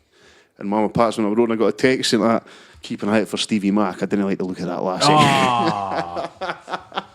Is that the one he married last weekend? Is that what? No. But genuinely one of the best experiences in my life. And I messaged Rana the other day because I was just like, if it wasn't for her and Blend and this podcast, Yeah. I would have never fucking in a million years actually gone and done it. Oh, that's a good way to bring it full circle. you. Yeah. I thought you said you're soft. Oh, No, sorry, I said mate. good stuff. Sorry, Oh, man. geez, That was oh. really aggressive. Fucking hell, man. My apologies. Jesus, welcome to my house. I know, right? To be fair, I would never thought I'd mishear you saying soft. No. I said Thank good you, stuff. man. No, I appreciate that. No, I do. And like I say, everyone who's watched the video and message, I got fucking rakes of messages on the day for people Yeah. who like, I know, but didn't think I knew that well. Just good luck, all the Support. best. Hope it goes well. Yeah. People messaging me about the video. Even got positive words off Andy Henderson, which was nice. Yeah. Do you know what I mean? What? Yeah. Like, yeah, so He's a dad now. He's soft. So yeah, no, thank you everyone that came. Like I say, a lot of people were like, I'm sorry I can't come. I was like, look, I was surprised that. Yeah, sorry about No, I was surprised they got as many people coming as did, because getting to and from Edinburgh on a Sunday isn't cheap and isn't fucking easy. Yeah, So it was fucking, and hopefully there's going to be loads more. So it gave me the boost that I'm going to try and get out of Perth and hit up some actual open mics and stuff. Yeah. Well, you're man. already way to do that. Yeah, you know what I mean? But like actually you try and go. do it like once a month, get to another. There's loads of stuff going on. Yeah. You know what would be good, and hopefully if I get one of these jobs I've applied for and interviewed for, it'd be good to go like on a bank holiday weekend out to like Glasgow, and then just like, I'm sure there's a couple of places in Glasgow you can just walk into on a Sunday night and just be like, hey, is there an open mic here? Let's just knock down a few minutes here. That's what I realised when I was speaking to all the other comedians. Like they were from Glasgow, Edinburgh. Like there are so many open mics in these cities. Yeah. Perth just doesn't have that. No. I mean, Blend's fantastic, but like I love it to pieces. I love going there, but it's be a different atmosphere on a comedy night, which is what it was for. Yeah. People have came to a comedy Well, show. I used to do the help with the sound for a comedy night that used to be on at the Tams that was run by a guy I used to work with at the place that shall not be named, a guy called Derek Miller. Mm-hmm. You guys Rings a remember bell, Derek yeah. Miller? Sounds familiar, yeah. Derek is a really, really funny guy. So, you know, he used to organise that one that was in the Tams. So there used to be stuff like that. I don't know why it stopped, but it would be good to have something like It's that. it's an idea I had that, and it was like say Rana did it with Blend. I'd like to do something like that in Perth, so maybe later in the year. Get it going. Yeah, just it'd be good, like because I remember Alex messaged me about the open mic at the Green Room, saying that he'd had a message off of someone who was wanting to try it. Mm-hmm. but they were only going to date if there was another person doing it. Doing comedy. Yeah. Okay. And I couldn't make it. So it'd be good. Like, no one thought there was a spoken word or a hip hop scene in Perth, and that's fucking blown up over the you last never couple of know. years. So do you know what I mean? It could be. I know some funny fuckers. Andy Mack's probably the funniest guy I know. Like, No me. Get up there, Andy Mack. What annoys me is I'm maybe the comedian and you're the funniest fucker on the show, man. Get it, and let Perth be that spot. You know what I mean? Let Perth be that big comedy club spot. Yeah, And put it on the map. That's something I want to try and do because I think it would go down well. I think it's something that could, you know, as we were talking about earlier with the live show and that, it's something that could easily be incorporated into that. Are a couple of stand-up comedians, intermittent performers, a couple of, you know, sort of poets, that kind of thing. That's a good idea. Right, Yeah. let us know in the comments when you listen to this show. Send us a message on the Facebook page. Let us know, would you be interested in a live monkey sword fight?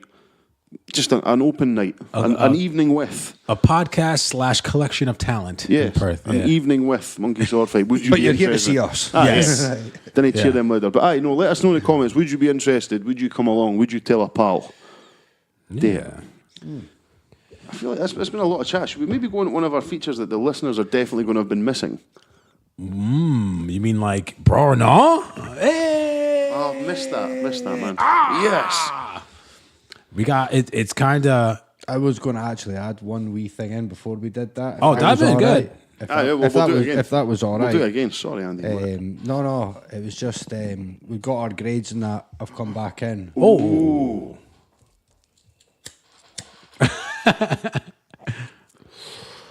Sitting back with a first class BSc Sciences degree, boys. That's my boy. Good shit. Fucking right. So, Celebratory. Now I wish I got beer now. Fuck. So I got my first class and my confirmation pretty much at hours and that. So I'll be lecturing at the college next year. Definitely, I've got plenty of hours. But all my grades came in another straight A year. And some of the grades that I got in this year, I was stunned at. One of the funniest things, just to throw it in, was of all the modules that you do throughout the year, you do modules that total to 120 credits. Mm-hmm. Your classification is based on your best 100 credits of the 120. So I had a 20 credit module, as you guys well knew, my research paper, which was the one that I put the most work and the most effort into. And it was actually the one grade that won't actually end up counting in my classification. Because all the other stuff was of a higher caliber. Yeah. Yeah. But I'm surprised that you're even saying that you were surprised by the grades because every time we talked to you, you were like, "Nah, fuck it, phone's off, everything's off, we're working." Fucking doubt in my mind. Like, I don't mean to fucking suck your dick, but I remember years ago when we worked together at the place that should not be named. I knew you knew who Andy Mack was just for certain people in that place, especially whatever department you work in. So I knew who Andy Mack was for a couple of years before we started chatting. We were in the same team, and like we started hanging out. Realised we both fucking love hip hop, so I'd come around every now and again. We just sit and like I used to get blown away because I'd never known you before, and like your depth of knowledge when it came to your music. And I knew you'd done music, but then like when you played me your first stuff, I was like, "This is not what you expect from someone." I think the thing is with a degree like that, it's not like a BA degree, like a music degree, but it's all based on performance and composition and all that. It's a science degree. It's the same. You'd be a BSc in physics, you'd be a BSc in chemistry. You're a BSc in audio engineering. It's a science, a Bachelor of Science.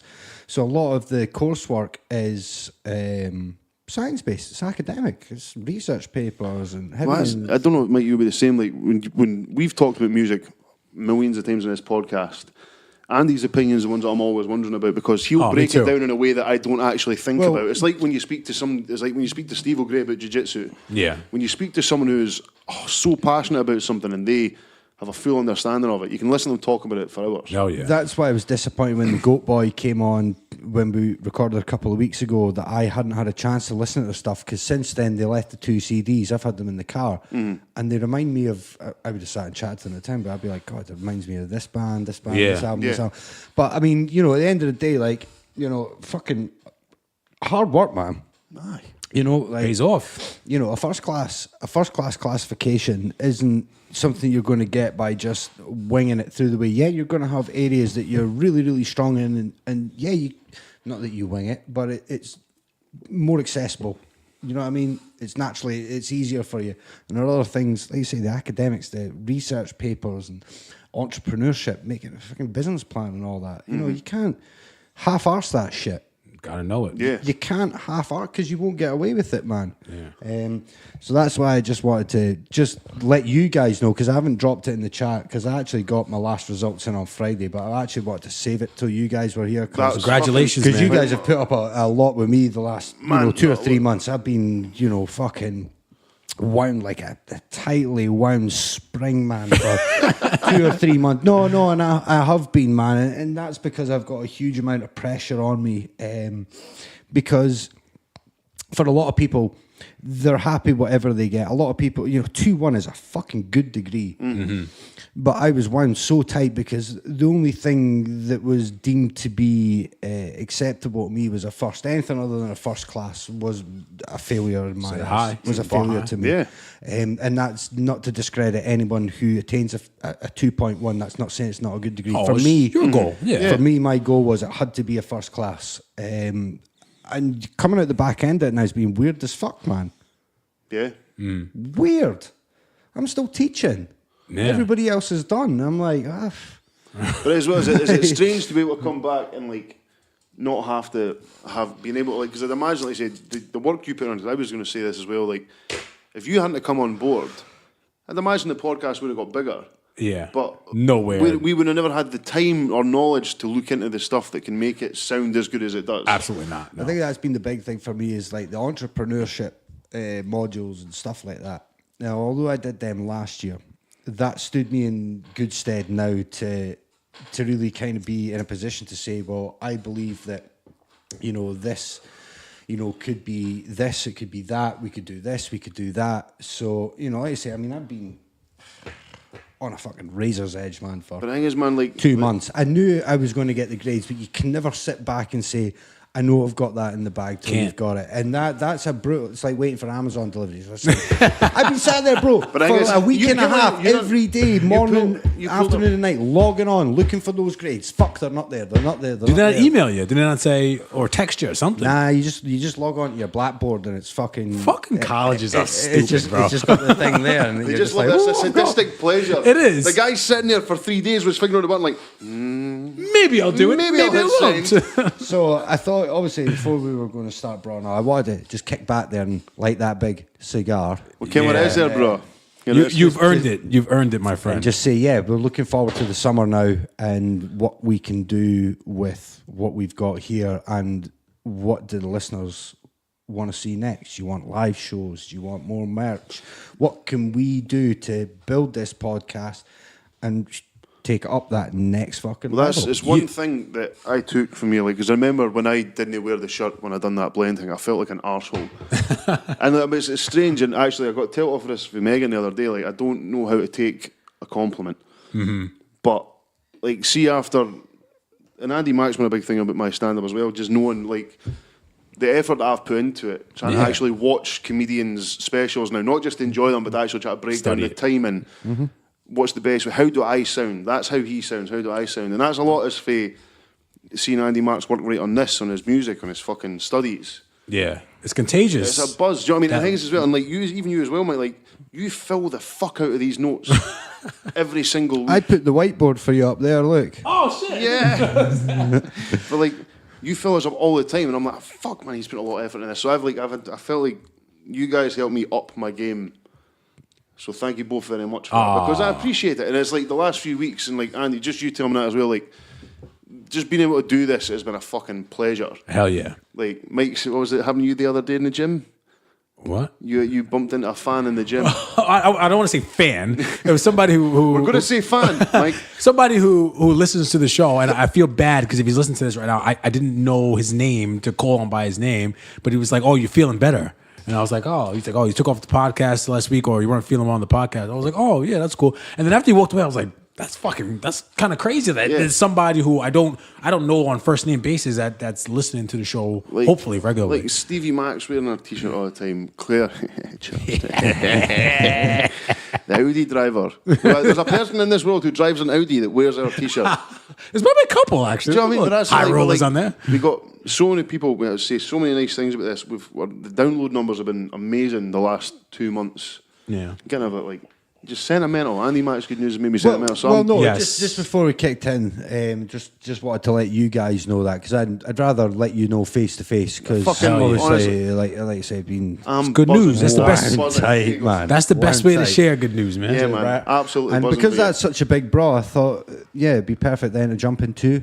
Bro, no. There you go. Oh! Braw or no? Braw or no? Braw or He no? set the alley-oop. Stop! Oh shit! Mike just smashed it down like LeBron, like Jordan in his prime. He threw the alley-oop up. I smacked that That shit. was some '96 Bulls play right there, right there. That's a strong cigar. Buzzing, man. So yeah, this is Braw or not. Bro, no. I will say as well, just a sidebar. One of the comments from Ali Cook really kicked off a live discussion in the I need notifications. to go get this up. I've not seen this. No, today. what is You don't this? see it. You don't get. Oh, right. So Ali Cook. I'll read this out first, but I'll give it a bit of back story as well. Wait a minute. I've just seen one that he's put in about men showing their ankles. That was directed toward me because I said I was going to start doing Right, it. here, this is the original post. So we'll go. Oh, into okay, okay. We'll go into the comments and then we'll do our Braw or no. So, Ali Cook, the doctor. Braw or no, new metal since you mentioned Stained. So on the Monkey Sword Fight page, I put or Maurice put to quote the late '90s, early noughties band Stained. It's been a while, Nice. and that's what he means. So he's put, for the most part, was far too emo and angsty for my taste, though there were a few bits here and there that I enjoyed. Stevie Mac chimes in. I'm sure there was a time as a teen I was into them when I was 12. Haha. Good man, Stevie Mac. Joanna Morrison, bit of Billy and Joe. Billy Braw, Joe. depending on who you define as new metal. Korn, Limp Bizkit, Linkin Park, Papa Roach, etc. All Braw. So, Ali goes into one of his long responses. yeah. Yeah, but he mentioned Sepultura and Pantera, and I've Yeah, no. got to give a shout out to Pantera, man. Yeah, well, I'll mention the band, Although so- Pantera are not new metal. No, he's let's saying make he that was into fucking very grunge, so clear. he says Alice in Chains, Soundgarden, Pearl Jam, Sonic Youth, Smashing Pumpkins, Faith No More, Brit Rock, Therapy, and the Wild Hearts. There was the UH College Rock and the British indie music in the 80s and 90s, the Manics, Primal Scream, Cure, and Idlewild. So He's he covering said- a lot of genres now. Yeah, so right? he's saying, this is his follow-up point to this, is he felt that new metal was needy and disingenuous and was pandering to the MTV's lowest common denominators. I think new metal was really a step forward from the grunge sound, because for me, new metal starts in 1994 with Korn's debut album. I fucking love that album. I don't man. understand because I'm not really into that type of music, right? Like, so new- Korn and Limp Bizkit, I would never put them in any It's type of kind of like category. it had together, a weird. I'm trying to think of new metal was. It had I a think si- new metal. I think of bands like Korn. I think of bands like the Deftones. I think the Deftones are. I always thought it had a bit of a. It was more. It had rap in it, but. Korn do rap, No, like- but they had like a certain that element of it because their bassist Fieldy had this weird sort of like slap bass style that made it sound a bit darker, but at the same time the way they would sing or the way they would perform was a bit more like a rapper. Okay. Like Chino Moreno from the Deftones, Fred Durst. I would call it heavy metal that was infused with things like alternative rock, particularly a lot of things like hip hop as well. Yeah. So it was like rock Industrial infused with grunge. something. Yeah, it's Yeah. just Okay, like gotcha, They were gotcha. less singers than they were. They were rhyming, but they were shouting. It was. I mean, they weren't rapping, but they weren't actually singing. Okay, because I would put those other three in that the Joanna's post, Limp Bizkit, Linkin Park, and Papa Roach. I would include all them in one That's what I'm group. saying. So that would then develop into. They would have these bands who would have a DJ Yes. just to scratch. Yeah, that's something You know that what I mean? would- That was- The hip hop influence. yeah, it's like even Slipknot had a DJ and a synth player. Okay. Do you know what I mean? So it had that. About four cunts that play the fucking drums. I have a signed Slipknot guitar in a secret location. I know you. Sidebar. Remember you telling us that about a year and a half ago. So It blew my mind. the comments really kicked off in this. Yeah. Joanna was Braw. Like, so I'm going to say Braw because new metal was like, so it kind of like people who'd have grown up in the late 80s and 90s would have had hip hop Yeah. or grunge in the mid 90s or EDM house music when it kicked off in the 90s, going into like, for me, like darker hip hop like Eminem and new metal, that was the thing that was happening around the time I was going sort of 12 to 15. So it was this brand new thing when it was like it felt like it was an outsider type of thing. Probably didn't now because it was a massive $1 million industry. But at the time, I was like, fuck it, not everyone likes that. I'm going to like that. So I fucking love new metal because it was bands like Limp Bizkit and Korn. New and that. metal was the rock Of that was time. the guitar culture of 90. I mean, I would say new metal really is born in sort of 94 with Cornstorm, but I would sort of say that sort of 96 to 2002 period. Yeah. Think Well, how that- big Rolling was by Limp Bizkit. Huge. In the year 2000. Actually, that was massive. I really like new metal. If that's what that is. That's probably has gotten me into it. That has probably gotten me to listen to things other than hip hop, new metal. Well, then you look at what comes off the back of new metal is, things like Linkin Park. It was the emo sort of phase of around about 2003, 4 to around about 2008, and things like My Chemical Romance and all that kind of shit on the back of it. It's all just a progression. I think your opinion it all boils down to when you were born. Yeah. If you're like me and you were born in 83, you're going to be a fan of things like the Deftones and even harder stuff like Pantera, Sepultura, all that, because that was what was big at the time. Yeah. As you were growing up in that age. If you were born 5-10 years later, then it's probably going to be things like Fallout Boy and My Chemical Romance and stuff like that, more emo kind of That stuff. was crazy. This debate always happens on the Joe Budden show where they talk about what pop music is. Pop music is just popular music. It's not necessarily a genre. Britney Spears isn't pop music. She was just popular at the time. even popular at the even age from- that you That were was there pop. to My absorb Chemical it. Romance was Even from- pop at the even time. Around the new metal time as well, fucking pop punk was fucking kicking off. Yeah. Do you know what I mean? I'm You're- going for a piss, but all I'm going to say is, Braw, will you guys finish this one Yeah. up? You think like fucking Blink-182 came out around that time. There's all these weird pop punk bands that was meant to be punk music but was poppy as fuck. Yeah. That was huge. Well, and I think that without bands like Linkin Park and what was the other one, and Limp Bizkit, like I definitely wouldn't have heard POD, and I definitely wouldn't have been at that concert a couple of months ago listening to the '68. I wouldn't have even thought about it, yeah. of sitting down listening to guys playing guitar on stage. It's Never. like you think about it as well in terms of like, it was such a, you have to have those mainstream bands. Yes. That for any genre of music, there is a mainstream crossover. If I said to you, name me a country music star, we'd both be able to say like Johnny Cash or fucking Billy Ray Cyrus. Yeah, do you know what I mean? Those are just people we know. Like you can Nelly. Even your granny will be like, oh, Jay-Z and Dr. Barry, whatever is fucking things like that. There's always crossover, like Conor McGregor is to combat sports. There's always that. Yeah, that's a band fair that comparison. Yeah. Even you'll know, even though you'd have been more focused on hip hop. Yeah. I feel like I was quite lucky because I had Paul blasting hip hop at one speaker and then my mum and dad playing like all the old punk music at the other speaker. Yeah. So any sort of rock hip hop crossover is right in my fucking wheelhouse. Yeah, I like all that shit. Yeah. But I think as well as it just makes it easier as you get older to admit that you like stuff that at the time you wouldn't have said. On the way over here, without a word of a lie, I had my phone on shuffle and it went from like fucking, it was Frank Gallo's band, Frank Gallo's and the Rattlesnakes, straight into Tearing Up My Heart by NSYNC. Oh. And I didn't skip either of those tracks. I love that I have shit. no fucking shame in saying that. But like when you're like 14, your pal's like, oh, NSYNC are shit. You're like, yeah, man, fucking, that's gay. Full disclosure, I went to an NSYNC concert. I got free tickets to go to an NSYNC concert at Giant Stadium, Upper Deck. Went with some chicks though. Does that help? If you pulled them, yeah. Of course it helped. All right. So I'm going to say Braw to new metal. Braw, I was a Braw. Yeah. Yeah, that was a long Big one. part but of growing up for me, that music. Yeah, me too, Huge man. That was part like of growing up for me. Chocolate Starfish and Hot Dog Flavour was like the first album Yes. I listened to that had swearing on it, and it blew my fucking mind apart. Yeah. Deftones' first album, Deftones Around the Fur, particularly Around the Fur. That was a game changer. Around the Fur. Around the Fur. Deftones' second album. That's new metal for me. And Just a quick sidebar, if you can answer quickly. First album you remember being given that stuck with you, Being given. like you found or you listened to and thought, "Fuck me, this is special." Like the first one you can like remember back in your head that like you were given or was listening to and wonder, "What the fuck is this?" Oh. I could tell you the one that made me go, what the fuck is this, would be Frank Zappa, You Are What You Is. I discovered that when I was about 9, and I used to try and like drum along with it.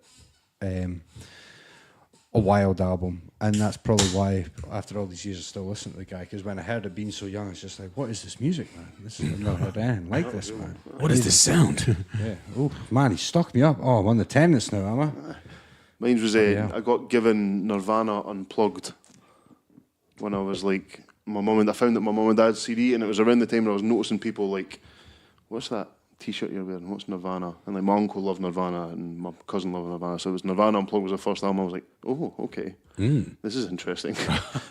What are these strange emotions? What about you, Mike? The first album I remember playing over and over and over was Jay-Z's Volume 3, The Life and Times of Sean Carter, S. Carter. Played that. I remember just getting off the train and then walking down Newdorp Lane to go to school, and I just bumping and with my Discman, and it was just bumping in my headphones the entire way. I mean, that was like the first. Also, another cool story. I remember the first album I got that had swearing in it. Not the first time I had this. Yeah, it probably would have been. It was the Locks' "We Are the Streets" album, and I remember all the kids in the high school I was at. They were like, "Oh, you gotta get this album, gotta get it." And I was like, "Fuck, I don't know that." And it was a big snowstorm. I may have told the story. There was a big snowstorm, and schools got closed. But I was like, "Yo, fuck this! I have to go to the mall, and I gotta get this album." This is when you couldn't stream shit, right? And so I remember my mom and my dad like, "Oh, you crazy? You're not going out there, blah blah." And my dad was like, "I hope there's not swearing in that album." And I was like, "You can't control me." I want to listen to Jada Kiss. I remember I got given a copy of Rollin' by Limp Bizkit and put it on in the car, and my mum turned it off. Oh, no. I would have been like 10 or 11, and it was just, fuck, and mum was like, nope. I remember snitching on my older sisters and my cousin because they had the Biggie Ready to Die album, and I remember like listening on the door, just kind of like, "Oh, they're swearing, they're talking, fucking, is they swearing?" I didn't say fucking. I was like, "Ma, they're swearing behind the door. What's going on? Well, I can't swear." Oh, nobody likes You that eat grass. I was like, Nobody likes that grass. That was me. Sorry, well, I was sidebar. Stevie Mac got one here playing fives in your Air Force Ones. Bro, Stevie Mac helped me out with a game of six-a-side the other week. Yeah, in Air Force Ones. Yeah. Oh my goodness. That boy plays with he's enthusiastic about anything he does. Which is a good way Like to me attack and him life. had an absolute howler of a game each, and he was just buzzing start to finish in the piss and rain. So I'm going to say Braw, because Stevie Mac played a fucking belter. You can't do anything in Air Force Ones besides walk and look good. The way I see it, if you've got a first touch, you can play in anything. So probably. Oh, and some Timbies, huh? Oh, yeah, man. Hey, if you got a touch, you got a touch. You see, like, all the managers, like, you see if the ball gets booted out of play and he goes near a manager, they'll, like, be wearing, like, a three-piece Armani suit and some expensive Italian shoes. The ball come on either like that, bump, back heel over them, catch it on their foot, and then pass it to the ball boy, and they're just like, don't even take their hands out of their pockets. Nothing. I want to know what this one is from Danielle Miller. You were talking about a happy ending, but then I saw that and then I scrolled up and I just saw burgers. Let down. Daniel Miller, our newest Patreon, by the way. Thank you. Put Smashburger at Dunfermline. £30 for 2 burger and chips. Wowzers. Jesus. So some funny bastard replied, did you get a happy ending with that? Otherwise, you've been done. You've been done. Is that no an American gaff, Smashburger? I think so. Sounds like it might be. Yeah. I'm sure I've seen the guy on YouTube doing stuff like Bon Appetit and stuff like that, and they're like in his kitchen, they're making burgers and that. I watch a lot of YouTube. Okay. I don't know. I mean, if that's fine. Those gourmet burger places are all the rage now. So you got to know what you're getting when you're going in. Yeah. That's a lot for a burger and chips. Don't get me wrong. That is a lot, but that's what it is now. If that's what, $14.90. If you looked at the menu, and you're like $14.95 for a burger and chips. Is it a good burger though, better Danielle? be life changing. That's what I'm saying. But the thing is like 30 quid. You can go out for dinner most places and get yourself a meal. Yeah. So, but you can go anywhere for 30 quid and get a really decent. But if you're really in the fucking mood for a burger and you're going to go to a restaurant, get a starter, a main, and a fucking pudding and pay 30 quid anyway. Yeah. But it'll all be kind of shite, or you get one fucking beauty of a burger. Could have got 2 double cheeseburgers for fucking like And a 10 nuggies. $2.60, man. If it's good. If I it's still good, couldn't justify 15 unless it's like a But that's what I'm fucking saying, like if wedge I of meat, mate. If me Yeah. and Megan are going out for dinner, like it's if it's just like because on Sunday she got in late, she was at wedding dress shopping, so we just went. out oh, for you got dinner. something you want to tell us? No, it's not a part. She's a bridesmaid. Settled down, not the Way. Oi, oi. But like, Mum would just like, I couldn't be arsed cooking. She couldn't be arsed cooking. I was like, Mum would just go and grab something to eat. Paid 30 quid for the two of us to have a meal. Yeah. So if that's 2 burgers for that, and it was one of those throwaway, fuck it, we'll go out for dinner, I probably would. I'll go Braw. Yeah, if it's good, I'll pay almost anything. if it's a good burger, I assume it is a good burger. I'll go Braw. I'll do anything. I'm not going to pay £30 for I won't like the it. American experience in Dunfermline. No, I'm sorry, I'm How not dare going to you. pay 15 quid for a burger unless it's like that gaff in Dundee that does like the. Oh, the Fat Burger.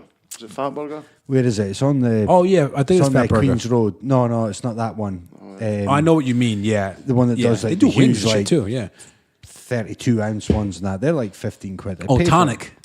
That's the one. Tonic is great. Yeah, that's worth £30. That's yeah. worth 30 quid for 2 burgers. So I'm going to say no. I'm going to say Braw. I'll say Braw. I'm sure Smashburger. I'm sure I'm going to I've do got that. internet, man. I'm pure tripping, man. It's just While we're on the topic of it fast is the food, American one. McDonald's fish fillet. First of all, is it fillet or fillet? See, I read this in the notes. I thought it was fillet. Fillet. Okay. That filter landed. There's a magic in this house, mate. The filter landed on his bottom. I read this in the notes and I was like, Andy might correct me if I'm wrong, that's a bigger thing in America than it is over here. I'll find out for you. I knew absolutely no one growing up That who was when eating going one? to McDonald's was having a fillet of fish, but you would hear about it on like American shows.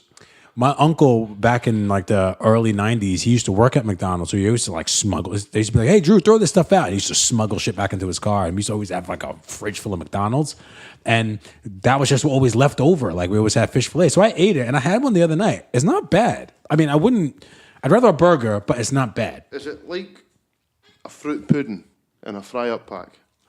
Nobody's fucking having a fruit pudding.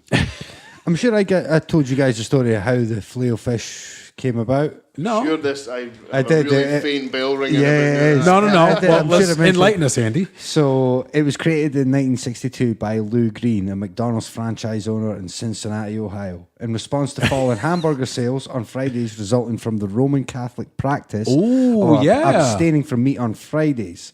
While the fish composition of the sandwich has changed throughout the years to satisfy the taste and address supply shortcomings, the framework of its ingredients have remained consistent. So basically, they had like a thing where he said to him, "Right, I'm going to make this fish sandwich. If it outsells your hamburgers, then we'll put it on the menu." And the guy what's his name, Ray Kroc. Big Croc, yeah. He was like, "Nah, fuck that. You'll never outsell me." And the guy did, and he's like, "Cool, put it on the menu." Nah, It was I gotta such a get hit. Then it That's, became- I don't think it was a big McDonald's thing over staple. here. I genuinely don't think it was as big a thing over. But then McDonald's didn't come along till a bit later anyway. It's pretty good. Give it a shot. There's cheese on it though. I'm not a big fish guy though. Fish and I don't cheese. eat fish, so don't- no. Really? If that was a chicken burger, Connie always Oh, gets mate. those chicken mayo sandwiches. Oh, mate, the Chicken Legends. I'm like, no. It's just it's like the dollar menu, a pound menu, right. menu ones, the savor ones. And I'm like, no, you got to man up and get something real. Kind Nah, of chicken leg end with spicy mayo. Oof, fuck me up. I'm going to McDonald's. Right, after me this. too. I'm going to say no because I don't like fish. I'm going to say, bro, they're pretty good. I say no. All right. But I like the just- story behind it. I've skipped by one, and I'll go back to it. But it's purely because I've accidentally read one of Claire's ones, and it's fucking. Is that Chopstick 69? So Claire Courtney, I'm sure we've talked about this before, but the comment's brilliant. So let me finish before we get through. Love Island. Prediction. Andy, love what? Correct. Jordan, straight up. No. Mike, I'm going to go with Braw. That's actually correct. That's bang on. That is absolutely bang on. Did you not watch it last night? It kicked off last night. See, I'm not seeing anyone at the moment, Oh, okay. so that's why I'm not watching it. You know what we need to do? Tangent. We need to get like a dating thing for Andy Mack, like a tournament, like a Tournament? yeah. Get a bunch of girls jousting on Creek Road. You want this first class bitch? Get a bunch of girls that would want to date Andy Mack, and we'll have them read out their profiles. I can see how well that's going to go down, mate. For the Patreon, Andy Mack's on blind date. Yeah, for the love of Andy Mack. I actually went on my Twitter the other day and muted Love Island, # Love Island with a space, Love Island, all one word. Missing out. I've muted that. I have no interest whatsoever. Watched it yesterday. It's weird because we've talked about this. Are you making Connie watch this? I probably am. Yeah. No, she likes to watch it, but she's not into it as No, as I she am. loves you a lot. Yeah, and she does too. She loves me. Fuck you guys. But there's a Scottish guy on there from Glasgow, right? I saw his thing on Twitter. Yeah. He looks like a prick. Do you? You can't do that. You got to support that. No, I feel like no. I support the Scottish people Bro. on TV more than the Scottish people do. No, I like, saw you had to support the Scottish people. The Women's World Cup starts on Friday. Scotland playing England on Sunday at 5 Will o'clock. do. Watch that. Let's do it. I'm watching it. All right. We might not be able to cheer on a national team. All right. I saw his video thing, Mike, and he's like, when I go out with my pals and that, like, I'm always the one that takes On home the best Saturday. looking birds and that. Like, it's like, you're an absolute dick, mate. You are the kind of guy that gets battered most weekends. Yeah. And then he's like pulling up his shirt and he's got his six pack and that. It's ripped up, bro. No jealous. Ken, why but you Ken, did? I've said this to Megan a million times. Hopefully she'll take it on board one day. You didn't want a man with a six-pack because when you're hungover to death, that person is not going to lie in their undies and eat shite food with you. Nope. We're gonna hit the gym. most guys with six pack didn't hate fat guy banter. Exactly, aye. Just fucking remember that. Yeah. We'll make you laugh. We have to. And more. Exactly. We've worked harder for it. Yeah. We've worked for it. Yeah, you fucking and more. Trust me. So, Love Island, No. I'm bra. boycotting it at the moment. But that could all change. So if you find out that I'm like watching Love Island, you'll care what I'm up to. Okay. All You know right. what I'm saying? And the Mets I'm up getting to the notes. nothing, by the way. Billy Morrison, Donald Trump's UK visit, no. The crowd for his cavalcade going down the mall in London, Braw. I've seen a bigger crowd at a St Johnstone game. I know there was like 200 folk there. Yeah. Did you see his tweet? His tweet was like, seen so many big crowds of welcome wishers, no sign of protest yet, but the fake news will find it. And then there was like a photo of a guy on the cavalcade, took a photo of a policeman, and he put up like what he said was the conversation was at me. Oh, very busy, innit? He's like, aye. And he goes, did you expect more people? And the policeman says, yep. And he goes, depending on your viewpoint, it's quite funny. And the policeman just went, it's fucking hilarious. I think what worried me most today was, and I don't want to put it on a downer, but he was asked at a press conference with Theresa May with the any potential trade deal with the States. Would the NHS be involved in that? He said, "Oh yeah, absolutely, everything's up for that." As far as what does that mean though? Well, everything's up for negotiation. But how would the United States have a dealing with NHS as far as like putting money into it to get money out of it The somehow? Tories had pretty To much have opened it up. sold off to American businesses. That's hilarious. The Tories are And bang to up for slowly putting up- They can't even privatise sort their own shit out. slowly privatise the healthcare system. That was what was worrying to me. Seeing that Yeah. today, I was just, I think it's like I think about this a lot because I'm quite lucky in the job that I'm in that if that does become a thing, the job I'm in, I'll probably be able to negotiate some sort of healthcare plan. Yeah. The position I'm in, but the thing is, there's so many people out there that listen. There are definitely so won't. many people out there who would be in your position who'd be like, "Well, I'm okay. I'm all right, Jack. Fuck Yeah. everyone else. Yeah, well, it's okay. I'm going to have healthcare because of my job, so I'm not really bothered what happens. Yeah. because it's okay for That's me. what I mean, like, you need to think outside the picture. It's not about if you're okay or not. Is everybody else okay? Well, there's people who That's more the there's question. people in employment who are maybe self-employed, can't get insured They'll be because screwed. they're self-employed. They could be that. Like my brother, for example, works hard as fuck, is working well, and has got a good reputation. Mm-hmm. But a self-employed business like that might struggle to obtain some sort of like people with or self-employed might struggle to get fucking mortgages for fuck's sake. Yeah. Do you know what I mean? It's I mean, you could have asked, if it was Angela Merkel that was here this week, or whoever that was here this week on a state visit with all the banquets and everything that goes with it. But they're sitting there drinking 9,500 pound bottles of wine with dinner and everything last night. And whatever you think of Donald Trump, the fact that they're talking free trade agreements. And that means the NHS might be up for grabs to these American big business sharks. It's a scary thought. like It's a scary thought. It worries me out. I was visiting my granny, and my granny she's very old now. She had a couple of falls and that, so she's just went into a home. This is my first time going to see her in a few months because she's only just getting settled in.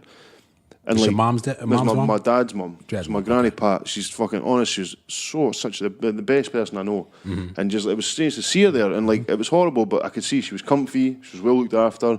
Place was clean. Staff were brilliant. Do you know what I mean? But she's in a position because she worked hard. My granddad worked hard, and she's got a big family around her. She can afford that care. Yeah. But how many older people just Don't. Do you know what I mean? Well, I mean, I just think my sister had a baby a couple of days ago. Congratulations. Congratulations. To her, Congratulations. to her and Greg. Uncle Andy. Yeah, niece this time. Hey. So I have to be probably. It'll soften you up. Softy. But, you think about that, how much would that have cost her?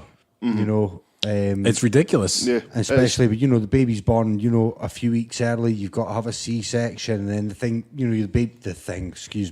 baby's got to be fucking incubated and all that. fucking thing. With oxygen and all those masks, because they might be slightly underdeveloped. You know how much that fucking costs when they send you the bill? My sister, when she had my Jeez. niece, I remember there was a fuck up with her insurance, and they sent the bill to the house for the ambulance ride was like $50,000, and I was like, I don't even want to know what it's like to be in the hospital for 2 days. It's incomprehensible to me. Like when Riley came along, I was 19-year-old in a decent job for a 19-year-old, but I was still a fucking 19-year-old. had no savings. I'd only just started full-time employment, no pension, no backing, no life insurance. Yeah. Imagine that was me somewhere I had to pay for that. Yeah, you've been screwed, man. Absolutely fucked. That's just made me think, like with my dad as well. If you're dying or something's happened to you, you've got a serious illness and you can't afford the medicine and the care. Why do you think in the States they have so many fundraisers, so many yard sales and a gig and all this sort of stuff to all put money in because Joey's needing some sort of treatment for his spina bifida, or he's got this, he's needing a new wheelchair. And I'm not trying to trivialise or whatever with these situations, but we don't want to fucking have that here. We don't want that. Completely personal. I don't want that. I've had mental health issues my whole life, and I went in and spoke to somebody the other year. And I don't like to think about what would have happened if I hadn't went and sought help. How much would that cost you in California? That's what I'm saying. Yeah. If I didn't have the money and I was going through those issues, what the fuck could have happened? Yeah. It's bananas. And fuck you, Billy, because you've really downed this. No, but it needs to be talked about, though, that these are the dangers that a lot of people don't actually understand are a real possibility. Yeah, I mean, I just, he's asked the question, Braw. No, I mean, I'm obviously saying no, but this is what's occurred today on his visit, and I thought it's important because I think that is Braw that no one turned up. Yeah. I think that's funny. Anything that makes Donald Trump feel like shit, I think is funny. What scares me is that he genuinely doesn't feel like shit, because in his head... I don't think he cares. I don't think he cares either. And I doesn't give a actually shit. secretly admire Me that. too. There's some weird, just like sheer resilience to not taking on any sort of criticism whatsoever. But then these people who live in the higher echelons of society or whatever, they generally aren't turned on or switched on to the general mood of Joe Public. No. I don't care. They're living in a completely different world, a complete bubble from what we are. He doesn't give a fuck, though. Right, I've got one last one here. Okay. That will do, because this will take us right smoothly into another feature. Oh, here we go. Here we fucking go. Go ahead. Whoa, fucking, I've not even said anything yet. All right, go ahead. Right, I just want one word answers. Yeah. This is from Steph Benerick. AJ losing to a fat cunt, Braw or no? One word answers. Braw. Inevitable. And we're going to jump straight into Sports. Let's get ready to rumble.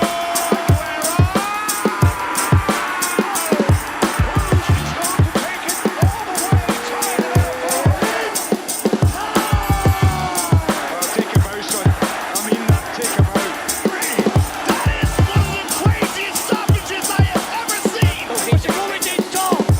What you going to do? Right, I know what you're getting upset about. Celtic won the treble. Thanks very much. It was lovely. Yeah. That's what I'm going to say on the matter. Fantastic. That's what I'm going to say on the matter. It's fine. What are you getting so upset about? I'm not saying anything. I don't even But care. I can see in your voice you've got an attitude. My voice isn't getting high. I don't care. Anyway, yeah, so we're going to a more recent event anyway. I've done my bit. It's cool. I've had fun on Twitter the last couple of weeks. You have. I have had a great time. I blocked you. It's fine. So Mike wrote something in the sports bit, and I've renamed it. So AJ V's a man shaped like JP. Yeah.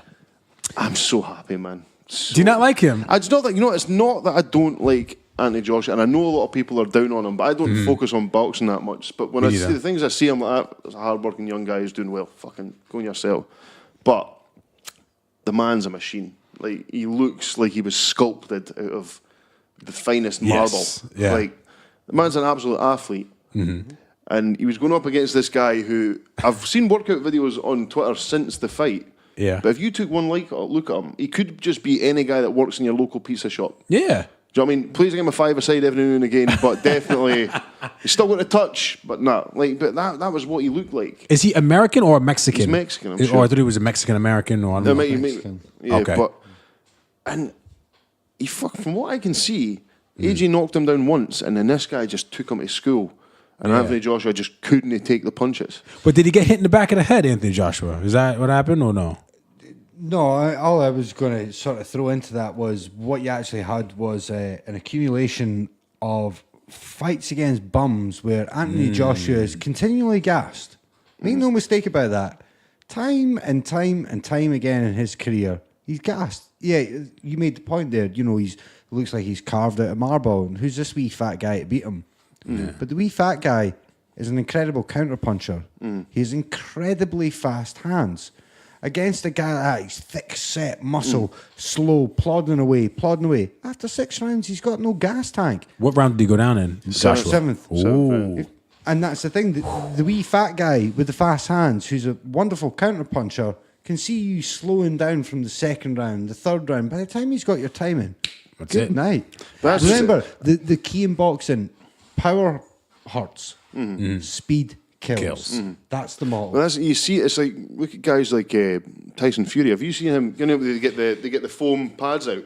Have you seen the speed of his punching? Tyson Fury, if that wasn't clear now from the weekend, would box the head off of Anthony Joshua. Oh yeah. So what about Wilder? You think Wilder would... Wilder will be laughing at him. Well, that's the difference. Is you've got Tyson Fury who'd be so quick, so slick, would box the head off him pretty much till he gassed. Yeah. and would continue to do Just so. like Floyd Whereas- Mayweather did to Conor McGregor. Would just play with him.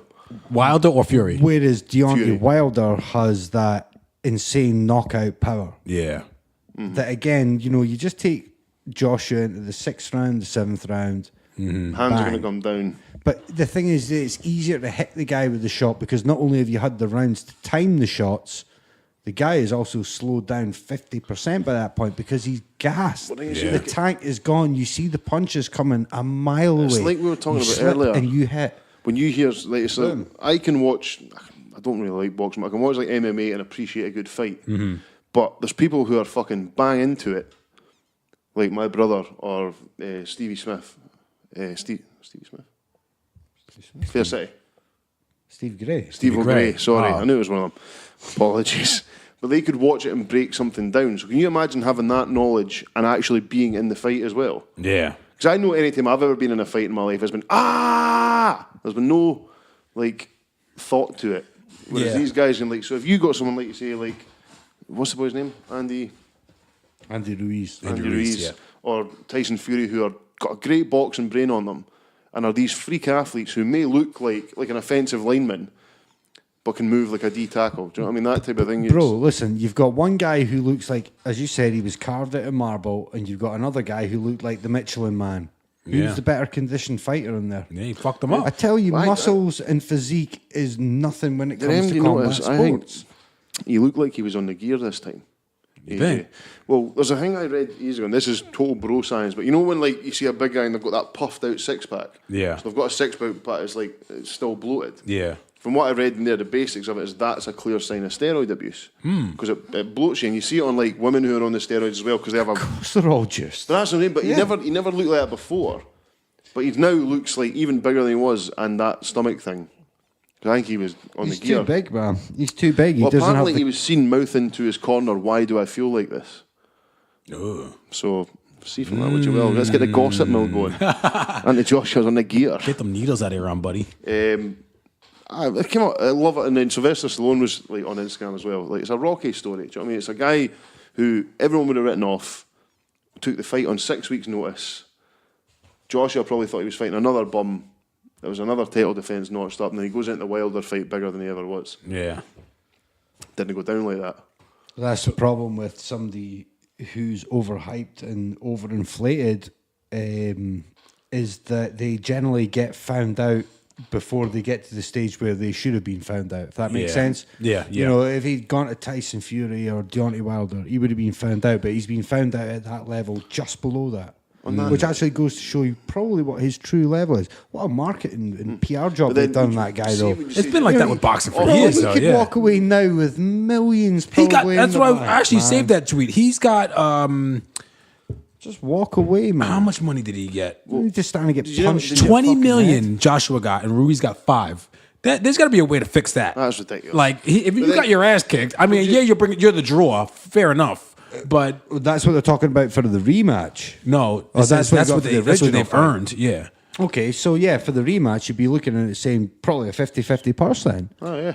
Yeah. Because you got to remember, one guy's bringing all the clout, all the views, all the eyes. Yeah. The other guy is the. It was like Conor McGregor Linear- wanting more money when he performs, because was it 10 of the top 10 Were all his fights, yeah. reviews?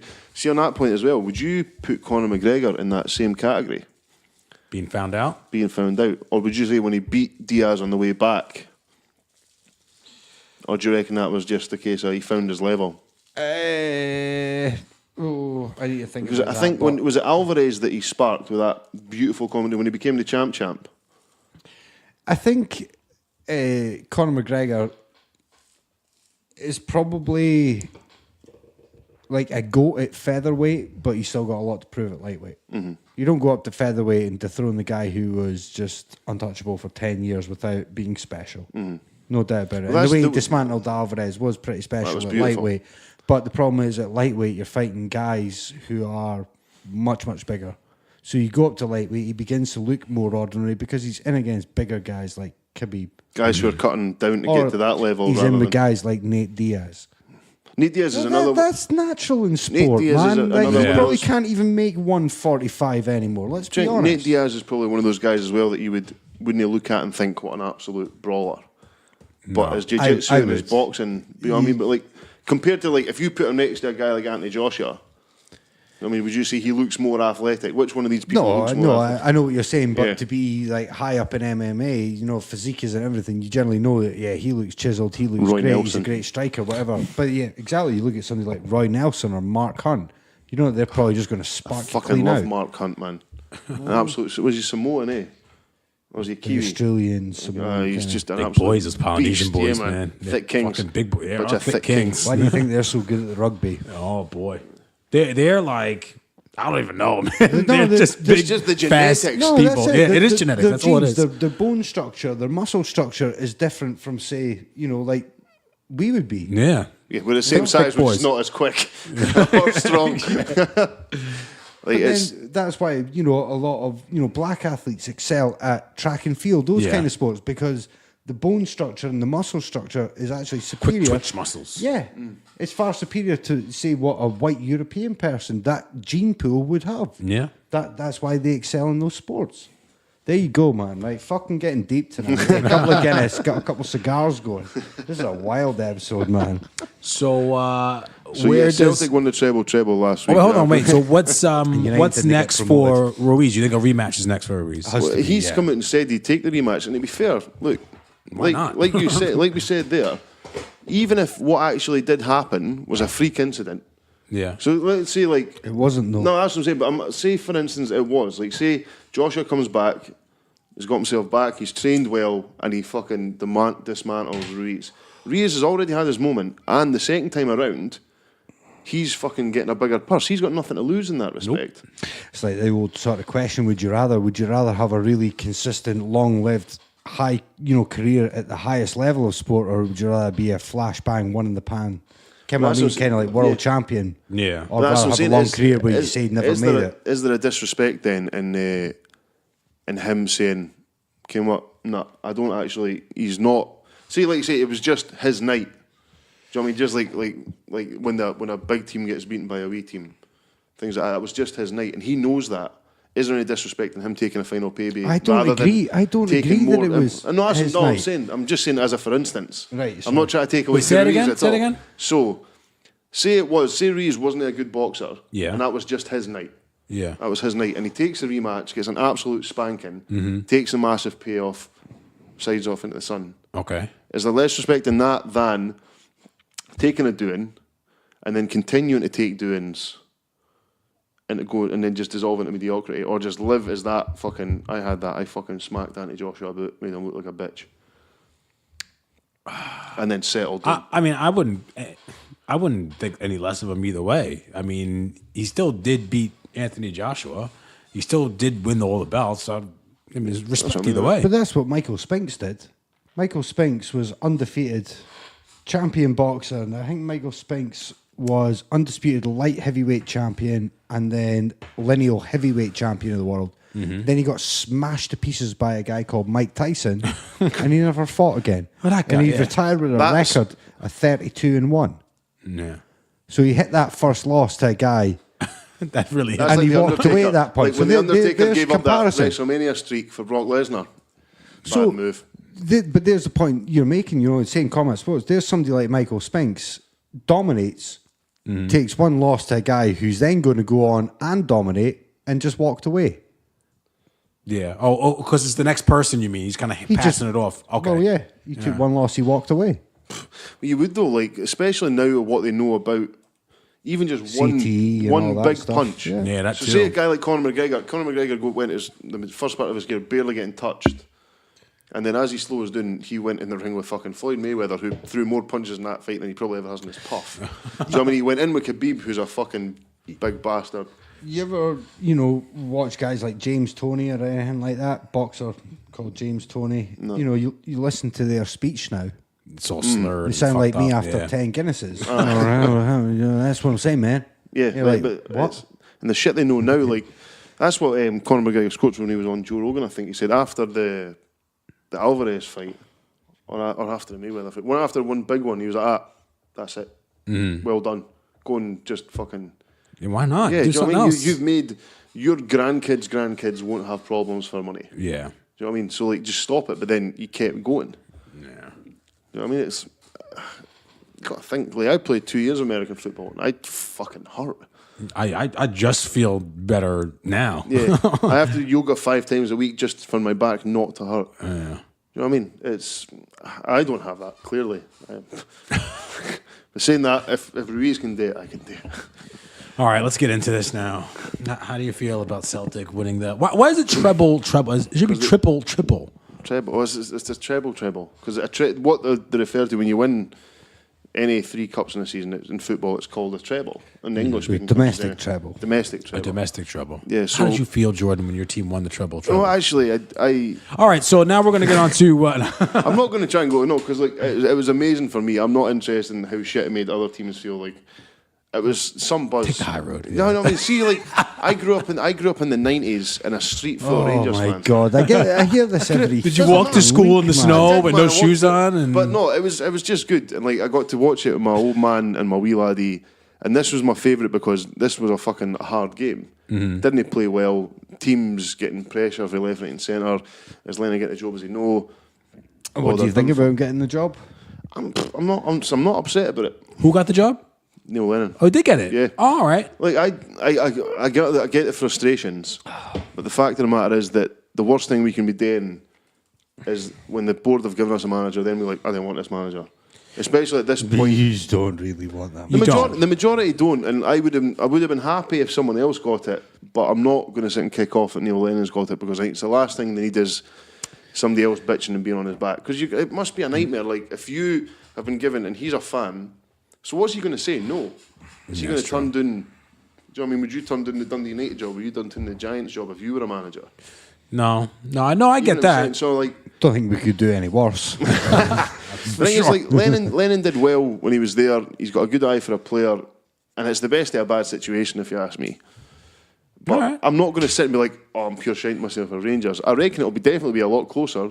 Yeah. The standard in Rangers game when they played Celtic has definitely went up. Although their performance wasn't great, and that's what I said to a Rangers fan the other day, was like, the reason Celtic won it is because even if we weren't playing against Rangers, we were trying to grind out a result. Whereas Rangers only stepped their game up against Celtic.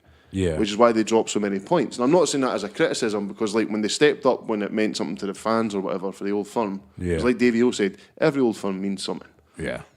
regardless. There's me shaking stuff. But they definitely, something needs to change with the buy-in system at Celtic. We need to actually refresh it. Otherwise it will it will go badly. Because I don't think, the thing is, it depends, again, it depends on what happens to Rangers in the summer. Because they've got a lot of boys on loan as well. You don't know what the money situation is over at the Big House. Sound awfully worried, mate. I'm being realistic about it. Look, don't get me wrong. Imagine that, eh? I've enjoyed the fuck out of the last few Maybe years. get one more fucking title and you'll get to 9 in a row and it'll just be like Rangers in the 90s and you're fucking, is, man, you're all duff it, 10 in a row. man. You're all fucking shite at the last It'll hurdle. hunt like a bastard, but then that's what you've got to love about sport. If we get to 9 in a row and we lose... You will not be saying that's what you love You won't. No, nobody would. No, what I'm saying is, like, I have to realise we've won 8 titles in a row, 3 trebles in a row, unprecedented, probably will not be repeated in living memory. That's what they said about Rangers fucking 20 years ago. But never won the treble or the big cup. So Anyway, I'm just trying to provide some balance, man. Yeah, Like, no, I get it. Look, and I'm trying to take on a more objective view. The last few years have been fucking amazing, and I loved it, and I've been a complete dick at times, and I understand that. However, I challenge any Rangers fan who listens to this show to put themselves in Celtic's position and not to have done the exact same fucking thing. So wait, what's the deal with Lennon? Do Celtic fans just wish he would tone it down? No, it's not even As so far much as the extracurricular it's shit, not- or do they not feel he's a good manager? From the outside, I don't think they think he's good enough. I think a lot of people are looking at it saying that that's the cheap option. But that's They don't want to be going back to the old biscuit tin mentality of the 90s. exactly. But I think do you mean by that, biscuit so tin? the Celtic obviously The spare change in the biscuit tin would be all they had to spend on transfers. Celtic were really close to folding, really close. And I'm not going to go into What is that shaking? Is that? a guy called Fergus McCann took over the club and literally we paid off everything. So there has been, like Andy says, a biscuit tin mentality, putting money away, doing everything on the cheap. So my thing is, I don't think the criticism is, like, a lot of people don't want Lennon back because it's the repeat, but I think the majority of people's criticism is the fact that the board don't seem to want to spend money. Okay. Even though on paper Celtic are in a great financial position. Just through like good investments. The problem is that Celtic are a PLC though, so ultimately it is a business and it's there to make money Shareholders. for the shareholders. Yeah. So I don't necessarily think, I reckon that if Lennon had went away and been a fucking unbelievable manager and the board would have to spend money on him to get him, I reckon Celtic fans would be like, fucking brilliant.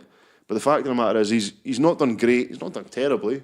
He's done did well. all right He at did Hibs, man. He did well at Hibs. Fuck, remember, he brought a lot of decent players to Celtic that were then sold on for a lot of money. So how does it work with like bringing managers back? Is that something that happens quite often in football? I don't think it ever works.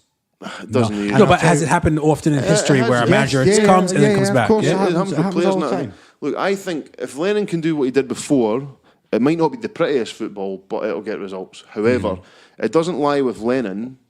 I think the responsibility lies with the board need to loosen the purse strings and actually bring in a quality player that we can afford. Well, maybe it's hard to loosen the purse strings if you don't trust the guy who's writing the checks. I don't know, it's the manager who's saying, well, I want to spend £10 million on that player, and the board's kind of going, the director of football saying that that's not value for money, blah, blah, blah, blah, blah.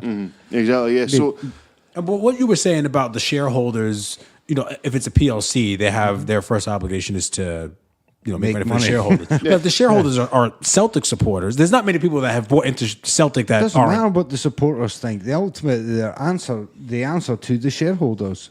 Yeah. But I'm saying, like, the shareholders would be like, yeah, the team's winning. But Do you it's- think they it's- wouldn't be happy with the winning It's- over? it's But that's the thing is, if you can win so easily for so long and build that balance, then the Yeah. mentality starts to set in is, why do we need to spend that money? And I think that's probably that's to me what I see as an outsider. again, look, it's a lot of back. So it really depends what happens to Rangers because they're not the strongest financial team. I mean, they have a lot of things, but the money's not well managed. That's proven in history. Who knows what goes on with Rangers Exactly. affairs at the moment? But- Again, spoken as an outsider. Like, Why? there's a- It's just, there's stuff, we won't get into it, but there's just so many back things that the chairman's, there's so many shit going on. There's a lot of questions about their income to their expenditure Okay. and how the books are balanced. That's far, but then again, like I say, Celtic are really strong financially. The sell-on we would have got from players like Van Dijk and Wanyama, who both just played in the fucking Champions League final squad. Do you Do you know what I mean? So the model at Celtic for the last few years, and I think it's a good model for Scottish football, because the fact of the matter is we're not going to attract world-class players in their prime. But you can get good scouts, identify a decent player who you'll then sell on for a profit. And Neil Lennon had a good eye for a player. So I'm always going to argue for him, because I don't reckon that he's not done badly. I think it's more a fault with the board, not willing to spend the money. Bottom line, choices been made, get behind your team. Exactly. That's why I'll never get on Lennon's back, because that's who was chosen, and the last thing the team needs is to be going on fucking social media and everyone be kicking off. No. Do you know what I mean? So, nah. I'm being objective. But anyway, there's always next year. Try. I've learned. I think I'm getting better. I've been I think I've done well in that segment there. We asked you a few questions. There you go. Just what you said about getting behind the team. Wasn't happy with the Giants picks this offseason, but I'm behind the team now. It's going to be summer soon, and training camp's going to be opening up. It's ready to roll. Fully behind Big Blue. Do you know what the thing is? You don't have a choice. You don't have a choice. Because you aren't picking the team. The team is what it is. It is. So that's it. You can be angry with it, but My old man would always say to me, like, if Celtic got beaten, I'd phone him. He'd always just go, who else are you going to support? You know what I mean? It's one way to look at it. It's like, regardless of how badly your team does, it's not as if you can go to another team. no, you can't do that. So you might as well try and enjoy it, or try and be positive about it. Just to wrap up sports, can I ask, did any of you guys watch the Scottish Premiership playoff final second leg? I watched the first leg. I never watched You watched the the second first leg. You didn't see the second leg. Well, I couldn't get a ticket to go to the St Mirren game, but it went to penalties. Mm-hmm. So United were a penalty shootout away from going back up to Premiership. Mm-hmm. Had 4 penalties. Didn't score one. They lost on penalties 2-0.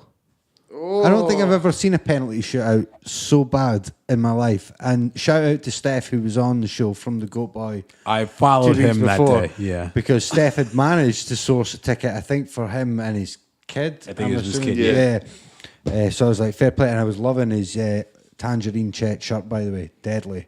No, it was smart. Actually. yeah, it I've was seen cool. that, Yeah. I was like, very nice piece of that, mate. Where'd you get that? But yeah, a penalty shootout where your team fails to score any of its 4 penalties. And the only team scores 2. It's brutal.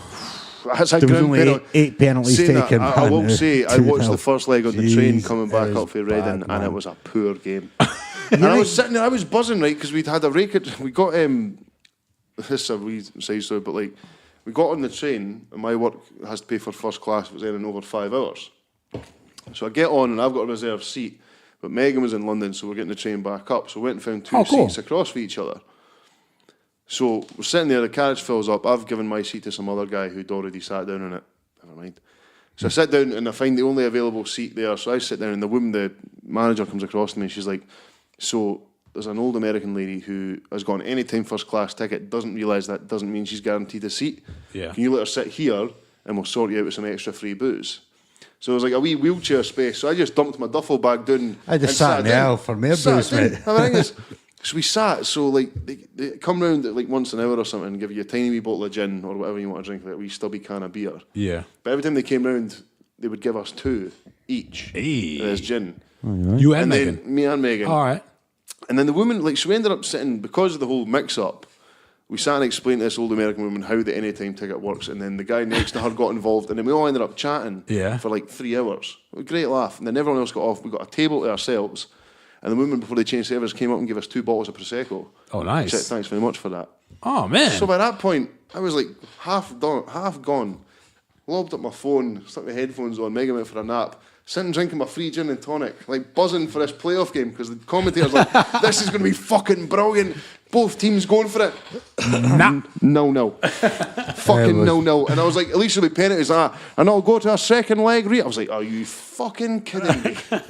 There's a reason why I only used about 1/3 of my season ticket this year. Yeah. It wasn't just because I was working so hard in my college and that, but Poor.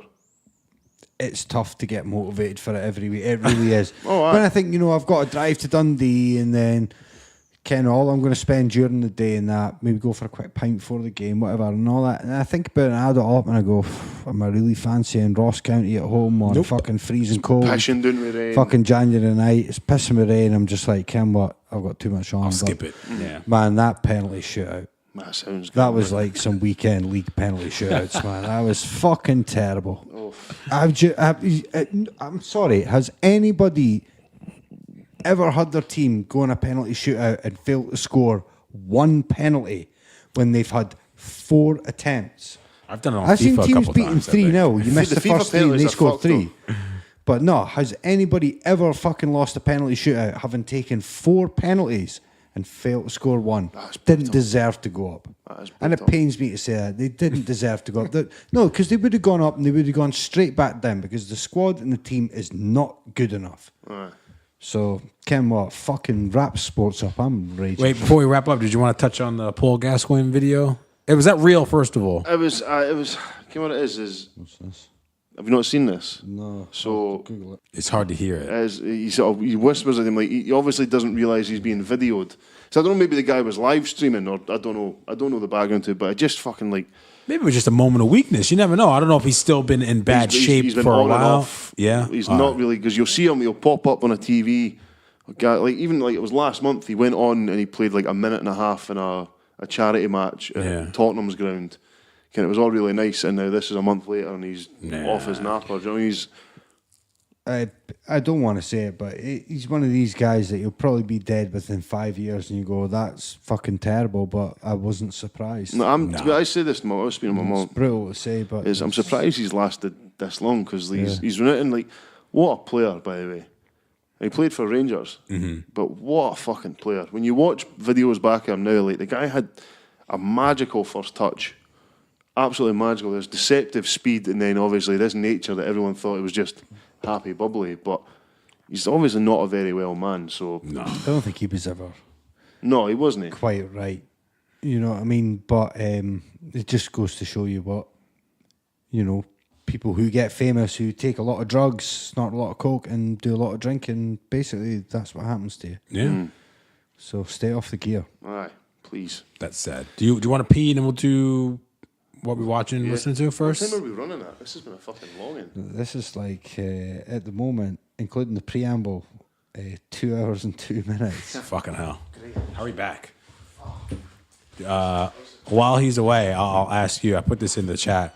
Okay. We got to put these producers in the order from hip hop producers in the order from best to worst. Okay. Not best to worst, but just in order. All right, let's go. So it's Timbaland, Dr. Dre, Pharrell, and Swiss Beats. Swiss Beats. Who's Pharrell. first? Sorry, I thought you meant from like 4th to 1st. No, So yeah, I'm not saying that's bad, but yeah. I would put Swiss Beats bottom. Okay. Then I would put Pharrell. Okay. Then I would put Timbaland. Yeah, and then Then I Dre. would put Dr. Dre. Okay. And that's easy to explain why, because we've got a minute to kill. So quickly, Swiss Beats. I think he's massively overrated as a producer. What? Yeah, I do. Swiss Beats has put together some crazy shit. Swiss Beats is the kind of guy that samples a little loop out of a soul record and just triggers it over and over again and says that that's beat. Yeah. And then he'll go like, yeah, it's Swizzy, New York City, put your hands up, New York, New York. That's what he does, right? Okay. Next up is Pharrell. The reason that Pharrell and Timbaland are third and second is because although the Neptune sound is a huge part of the early 2000s. Yes. Think like everybody had the Neptunes producing. Oh, some stuff. yeah. They were great. But Pharrell, for me, I think the name means that he gets to get away with a lot of shite. Like, what kind of shite? Don't make me go into specifics, but like a lot of stuff over the years, I've kind of gone, that's not your best work. Mm-hmm. Yet some of the stuff he makes, things like Happy and that, are just some of the best pop songs you'll ever hear. You don't like Happy? No, I do. That's what I'm saying. So that's why, that's what I'm Okay, saying. yeah, yeah. His name allows him to get away with doing shit. And you're Yeah. kind of going, well, that's cool as Pharrell. Timbaland number 2 because his sound is so influential, man. Mm-hmm. Again, that mid-2000s sound. Him and Scott Storch, they were the big boy players from like 2004 to like 2010. Scott Storch, yeah. Scott Storch is the fucking man. Yeah, he had a big couple of years. A big couple of years. Put it If all up you his nose for a while. But Go and pull up on YouTube Scott Storch's 50 greatest fucking production tracks, and you'll sit there like through at least the top 30 and go, banger, banger, banger. they're Huge all hit. He was hot, ASCAP Songwriter of the Year for 2004. That's a huge award. He's back. And he's the meanest keyboard player you ever seen. I've seen that a few man. times, He's yeah. ridiculous, man. And then obviously Dr. Dre, number one. Yes. Because his legacy and everything goes on from what, like 1986? Yeah, he's been doing it a long time. He and has, doing man. it as good or better than everybody else out there. So there you go. That's how I'd rank them, Mike. Great question. Love There you that, go, by the way. yeah. though. I thought of you when I put that in there. It could have been, yeah. All right, let's Quickly, quickly don't these are- subscribe these to are- listen to my these are- opinions on hip hop. let's quickly Jesus, rattle man. through what are we watching and listening to. What have you been watching or listening to this week? Did you notice that last week I tried to blend it as you guys started singing? I tried to get the theme song like blended Yes, in I did hear it. and trying to get it in time. Just if you Nice. yeah, Sexy. audio engineer wanker. I'll rattle through first. I watched the unofficial Bash Bros story on Netflix. What's Bash Bros? So it's Lonely Island doing a sort of weird visual album about Jose Canseco and Mark Maguire, Oh God. and it's the music is like Lonely Island songs, and some of them are fucking great. So that sounds funny. Like it is like I don't even know that much about baseball, but just knowing the Lonely Island, Yeah. that was great. There's one tune there called IHOP Parking Lot, and it's got Haim, the band, Yeah. and the singing's fucking brilliant. Like, and some of the, I was thinking about the Lonely Island the other day. Like, the music's total nonsense, but the beats are fucking brilliant. Very good. Yeah, Very they got good. good production on that shit. Yeah. So again, it was funny, but I didn't know most of the references. I'm going to give that a 6.5, 6.5 bananas. I think if I'd have known more about baseball, I'd have been bang into it. I'm gonna watch that. What's it called? It's the unofficial Bash Bros or the unauthorized Bash Bros. Oh, it's on here already. That's Yeah. fine. I watched Baby Driver on Netflix. Is that with the guy with the earbuds? Yeah, Yeah. it's the Edgar Wright film. So it's about a young getaway driver trying to get out of business, basically. And it's a good story, but the film was written by a guy called Edgar Wright, and he wrote it, and he wrote certain scenes to the song. So in the film, the main character, Baby, is a getaway driver, and he always has iPhone headphones in because he's got tinnitus. Right. And he always has to have music playing to drown it out. So, but Edgar Wright wrote scenes in the film to certain songs. So things in the scene happen because a part in the song, they go the same length, same tempo. And the soundtrack's fucking... I'll give the soundtrack an 8.5 because it's got some bangers, some classics on there, but it's got like some like instrumental tracks, like the song that Next Episode sampled from. If you'd have pulled that in it, but that's like there on there, and there's a tune by Young MC called Know How. Like, and the intro to that is just some of the best intro music. Smoking? If I had time, I'd play just the intro bit because it's fucking belter. The next episode sample is David McCallum, The Edge. Yeah, that's it. And like, just the drums on that, and the story's good. Like, the story's is a good enough. Do you know what I mean? But it's so well put together. It's a really good hangover film.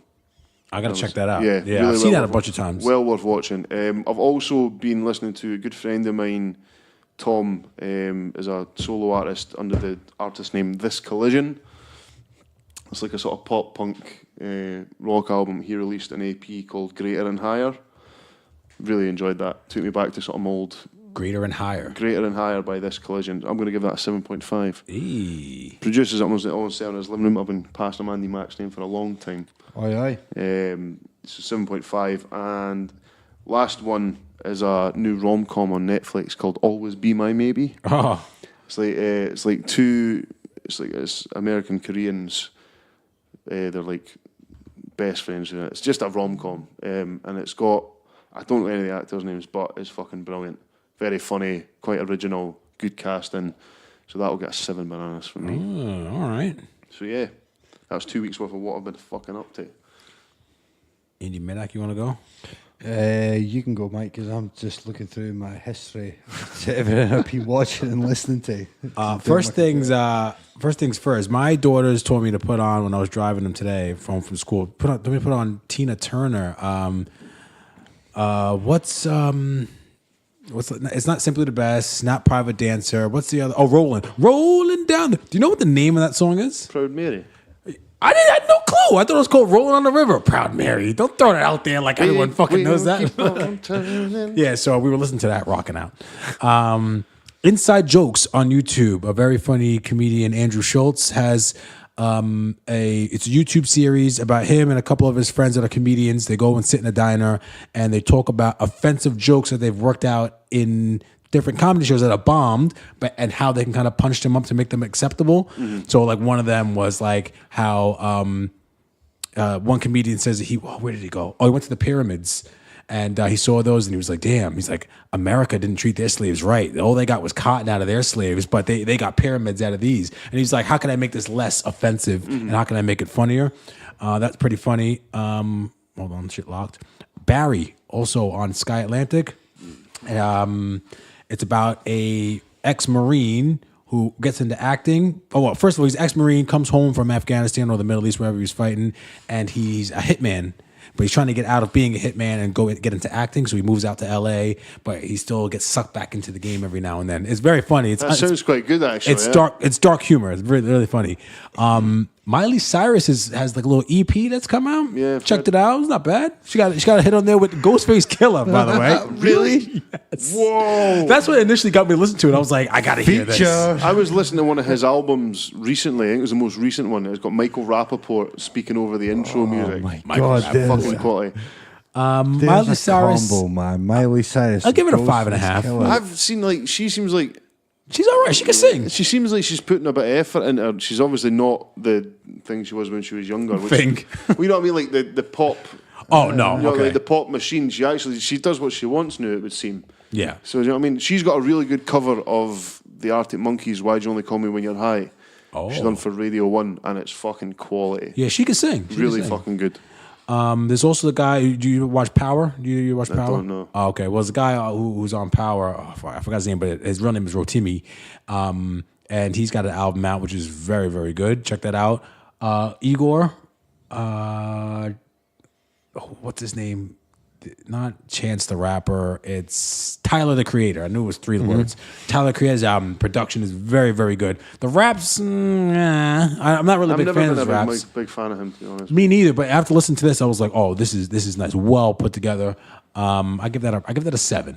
Give that a 7. And that's pretty much it. That's it for me.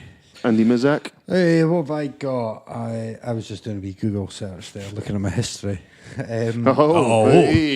He's got the laptop turned away from us. We can't see it. Pornhub. No, we don't. So July 1st. Yeah, not long, eh? But I have to go around to the news agent and I'm like, I trust one of these passcodes, mate. Huh? What? What do you want? Passcode! We need a porn card in aisle 2, please. Beep, beep, beep. Like, oh, fuck, alarm's gone. Fuck, I hate He making was sure too we have wank. a long jacket that day. No, I've been listening to an artist called Jameson Flood. Okay. This is somebody I mentioned a couple of weeks back that I discovered on Theo Vaughn's podcast. Sometimes he plays a tune at the start of each podcast, and I just heard one, and I couldn't remember the guy's name at the time. Anyway, on top of that, checking out his SoundCloud, really cool. He does all sorts of different kinds of tunes, from like really like Fleetwood Mac sounding stuff to more sort of like pop kind of hip hop stuff. Interesting, singer-songwriter. Okay. Really, really cool. In terms of like watching stuff, not a huge amount, a lot of YouTube. I've been watching King and the Sting because I don't listen to podcasts, I watch podcasts. Which is why I want to get cameras going for this guy. Hell yeah. Do a live stream. Which brings on my next thing. Been watching a bit of our boy Bobby Sanchez. Nice. He's really building his followers and his subscribers. And I was in one of his streams last week, and this guy had come in the night before and had gifted subs. So gifted subs means that you can go into somebody's stream and gift viewers of that stream a $4.99 monthly subscription to that channel, which they pay for. This guy was coming in the night before, dropping like 20 subs in that. So that's money in Bob's pocket. Oh. When I was in, he dropped me a free sub. I was like, I'm one of his best mates. Hey, I don't need a sub. I don't actually like pay to subscribe to his channel, but the guy's like dropping free subs. It's like, oh, big up. So other than that, I've been watching a lot of Twitch stuff, a lot of FIFA guys, because you guys know I've been having a bit of free time. So Sniping that. it's been nice to just like sit back, chill. Been back at the driving range, a little bit of golf. Just Ooh, let's do that. Getting eased back into getting ready to play a lot of golf for the summer. And other than that, what else have I been watching? This is the most you've ever contributed to I this know, segment right? ever. I'm At loving least in the this. last 6 months. It's because I've got my computer here and I'm online. Yeah. Really, other than that, just a lot of shit on YouTube. I will say one thing. I watched a video today called Moments Why the World Forgets Cristiano Ronaldo is a Good Guy. And it made me go, Cristiano Ronaldo is a good guy. Oh, Yeah. I watched that documentary. And then I bought him from Ultimate Team. And he has been absolutely fucking destroying. Pay to win. I love it. So, yeah, that's all I've been up to, man. It's been good I fun. was Good going to banter. throw this in just quickly for a quick video. I want to see if you recognise the song I was talking about earlier. All right. And I want to know Andy Mack's opinion because I fucking love this. Hey, Car wash, baby. Shaft. Is that car wash music? Wait till the drums count. This is my. You only get a teaser, people. Hey, what? Well, we get pulled down by. Yeah. It's a bit shit. Oh, It's got a mix of the, whatchamacallit, Apache, the Incredible Bongo Band. You Yeah. can hear the break there and the drums. That's just, I fucking love that drum break. Quality. just before we switch over, there's something on YouTube. On Netflix, I do want to watch. I heard about the theme to. It's called The Lion's Share. It's about the theme to Lion King that it's like I think it's a South African tribe made for the Lion King, and then Disney just kind of stole it for the movie and didn't really give them anything for it. One of their hugest films of all time. So I definitely want to check that out because Disney are crooks. The Lion King, apparently, this is a whole thing, was based on, it was a Japanese cartoon film about a lion, and parts of it are like shot for shot. But that's another conspiracy theory for another day. All right, Okay, Patreons. yeah, Okay. because just before you say that, I just typed in Lion King Disney plagiarism, and there's a few articles here on how the Lion King was apparently copied from a Japanese cartoon. Here's the proof. Ooh. Huffington Post, though. It's- I may need a few more sources to verify. I watched a video on but- it on this YouTuber called Mr. Sunday Movies, and he's usually fairly legit, and there is some mad similarities. Anyway, Patreons, Michael. Shit, I lost it now. I promise one day I'm gonna get this on the first shot.